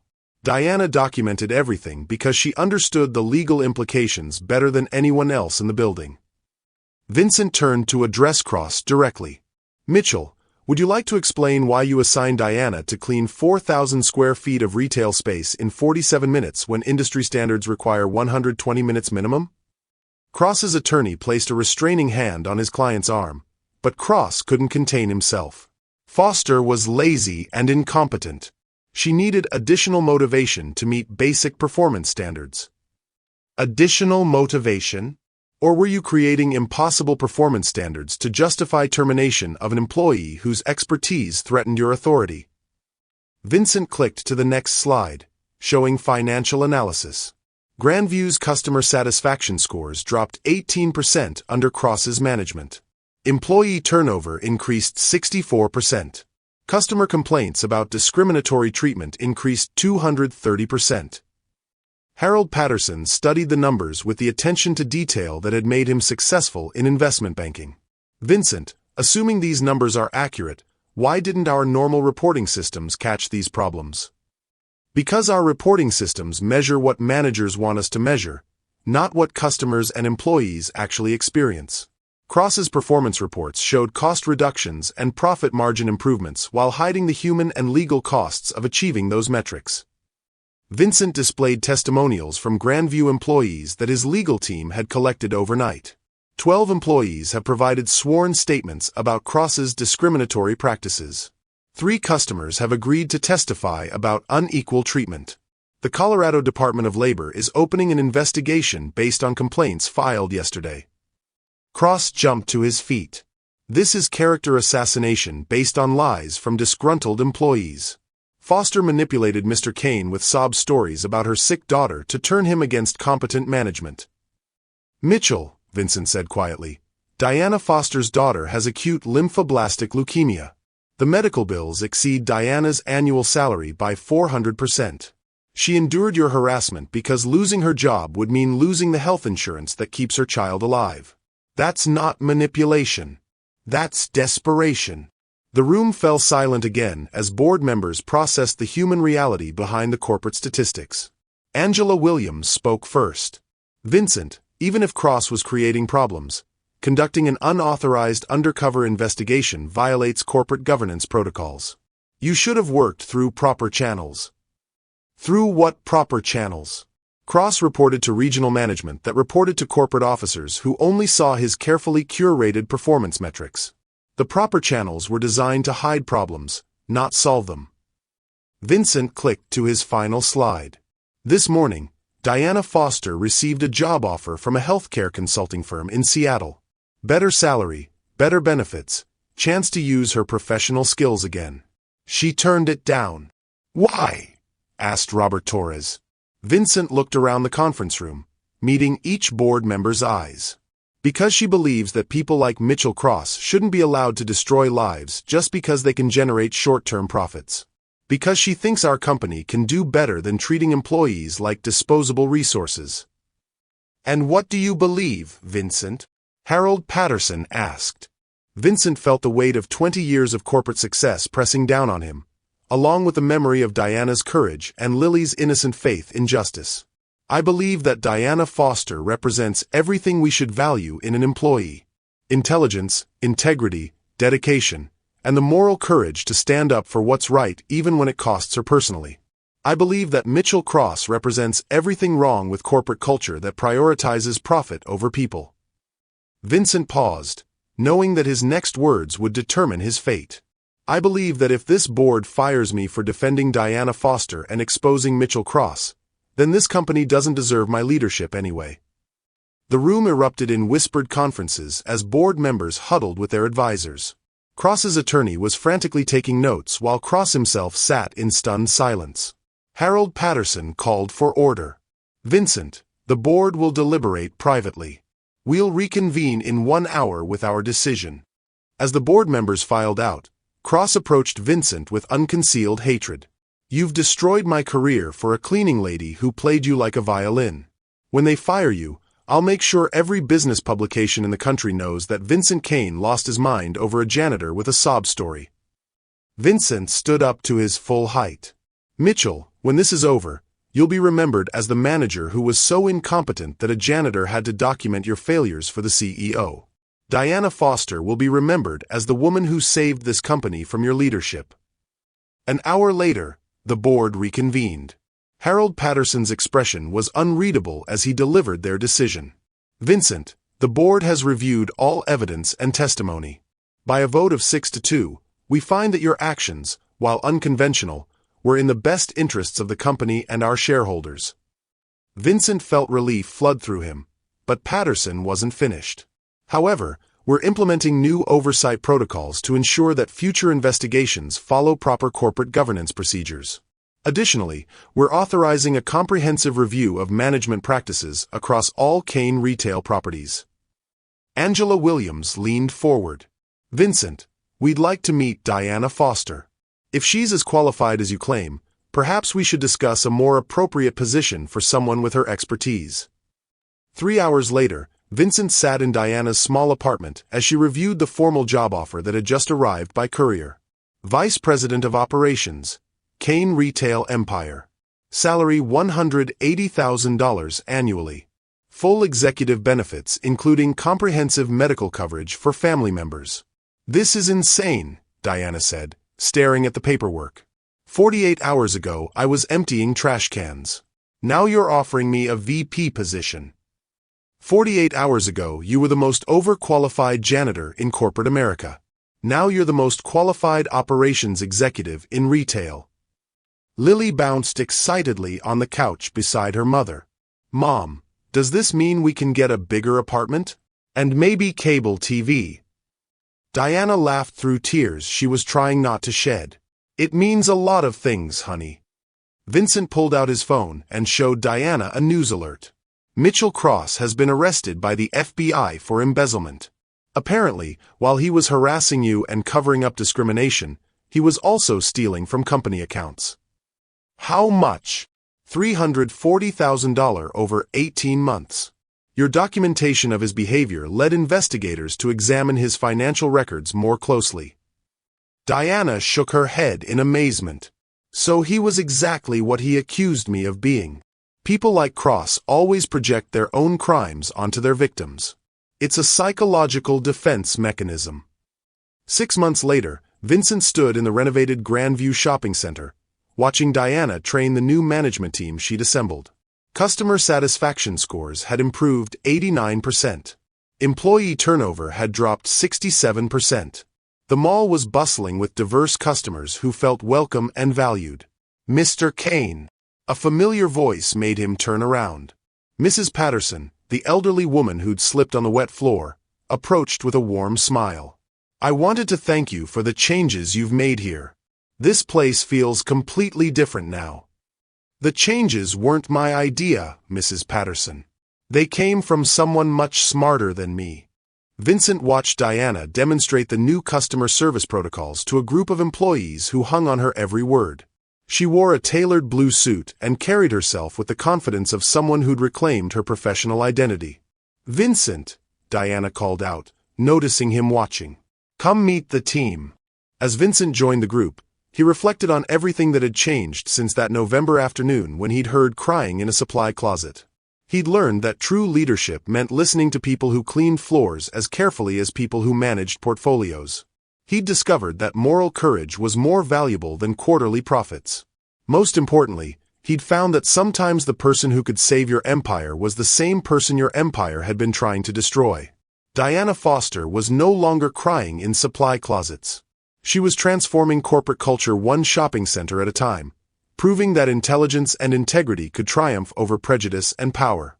An 8-year-old Lily Foster was cancer-free, thriving in a world where her mother's courage had created opportunities that seemed impossible just months before.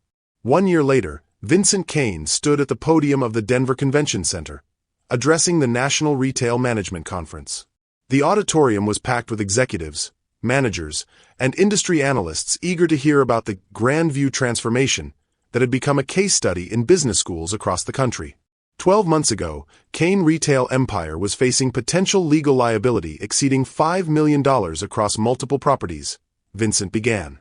Today, I'm proud to announce that we've not only eliminated that liability but increased overall profitability by 34% while implementing the most comprehensive employee welfare program in retail history.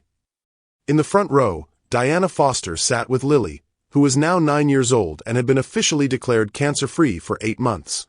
Diana wore the confident smile of someone who'd not only reclaimed her life, but used her second chance to change an entire industry. After the presentation, Vincent joined Diana backstage where reporters were waiting for interviews about their unlikely partnership.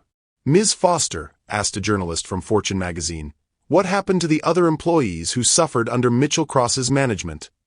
Diana's expression grew serious. We implemented a comprehensive remediation program. Gloria Sanchez was promoted to regional cleaning supervisor with a 40% salary increase. Frank Morales became our head of maintenance operations. Jennifer Park, the young sales associate, is now our customer experience manager. Every employee who was mistreated received back pay, formal apologies, and priority consideration for advancement opportunities. "What about the healthcare consulting job you turned down in Seattle?" asked another reporter. "The firm that offered me that position actually became one of our key partners. They're helping us develop workplace wellness programs that we're now implementing across all Kane retail properties. Sometimes saying no to good opportunities leads to creating better ones." Vincent stepped forward to address the next question. "Mr. Kane, your board initially considered firing you over this situation. What's your relationship with them now?" "The board voted unanimously last month to extend my contract for 5 years and implement our employee-first management philosophy company-wide. Harold Patterson, our chairman, said it was the best business decision they'd made in 20 years. Turns out that treating people well is actually profitable."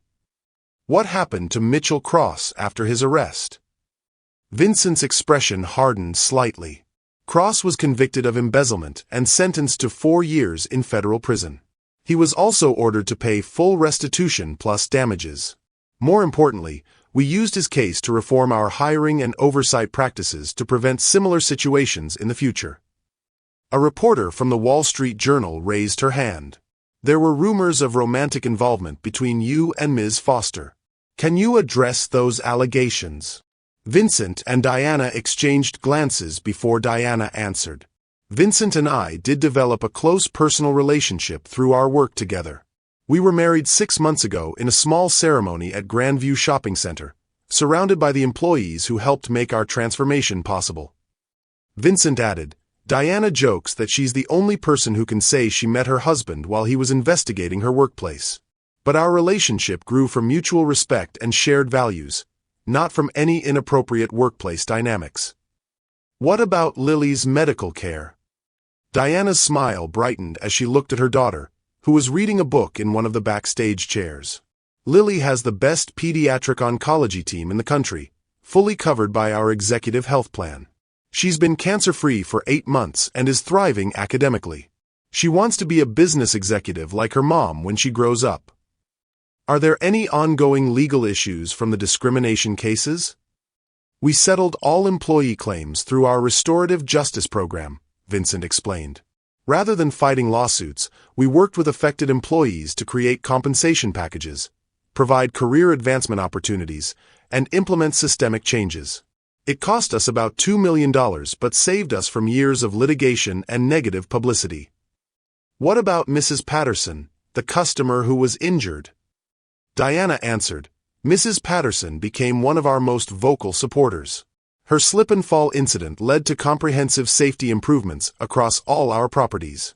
She actually serves on our customer advisory board now and helps us identify potential problems before they become serious issues."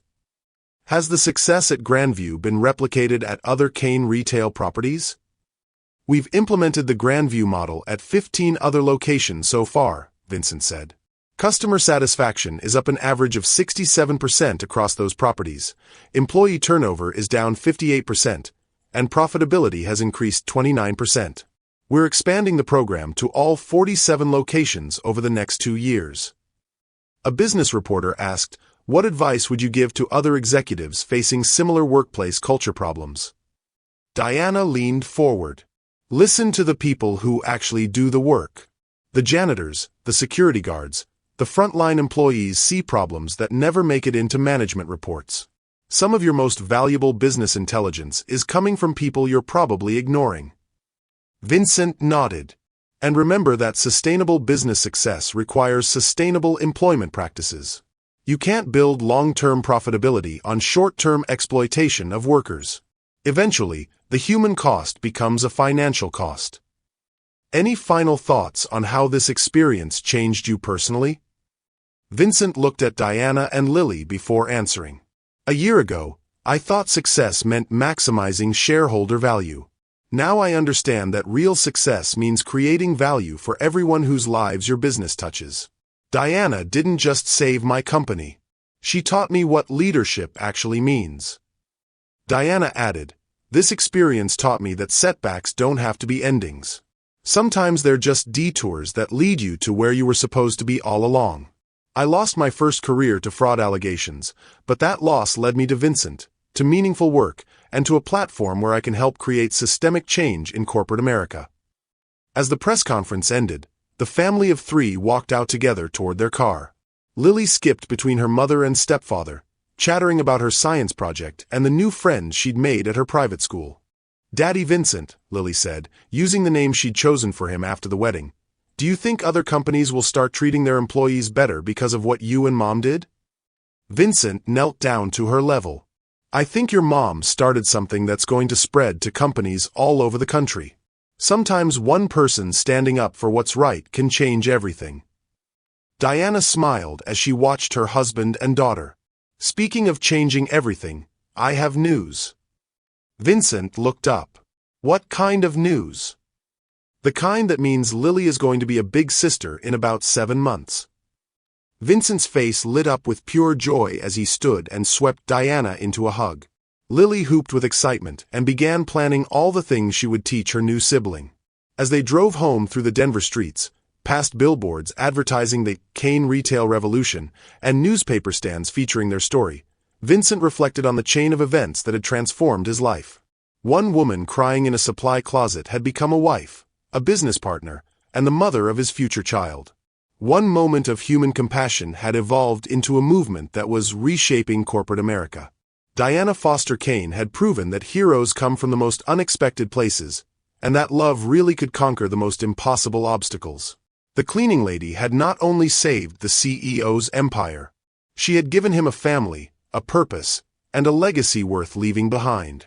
And in a few months, their love story would welcome its newest chapter, in the form of a baby who would grow up in a world where their parents had proven that justice, courage, and compassion could triumph over any system designed to tear them down. Thank you for staying with me until the very end of this incredible journey. If this story touched your heart, wait until you see what's coming next. It's even more powerful and inspiring than you can imagine. So don't go anywhere. Click on that video showing on your screen right now to dive into another amazing story that will absolutely blow your mind. Trust me, you won't regret it.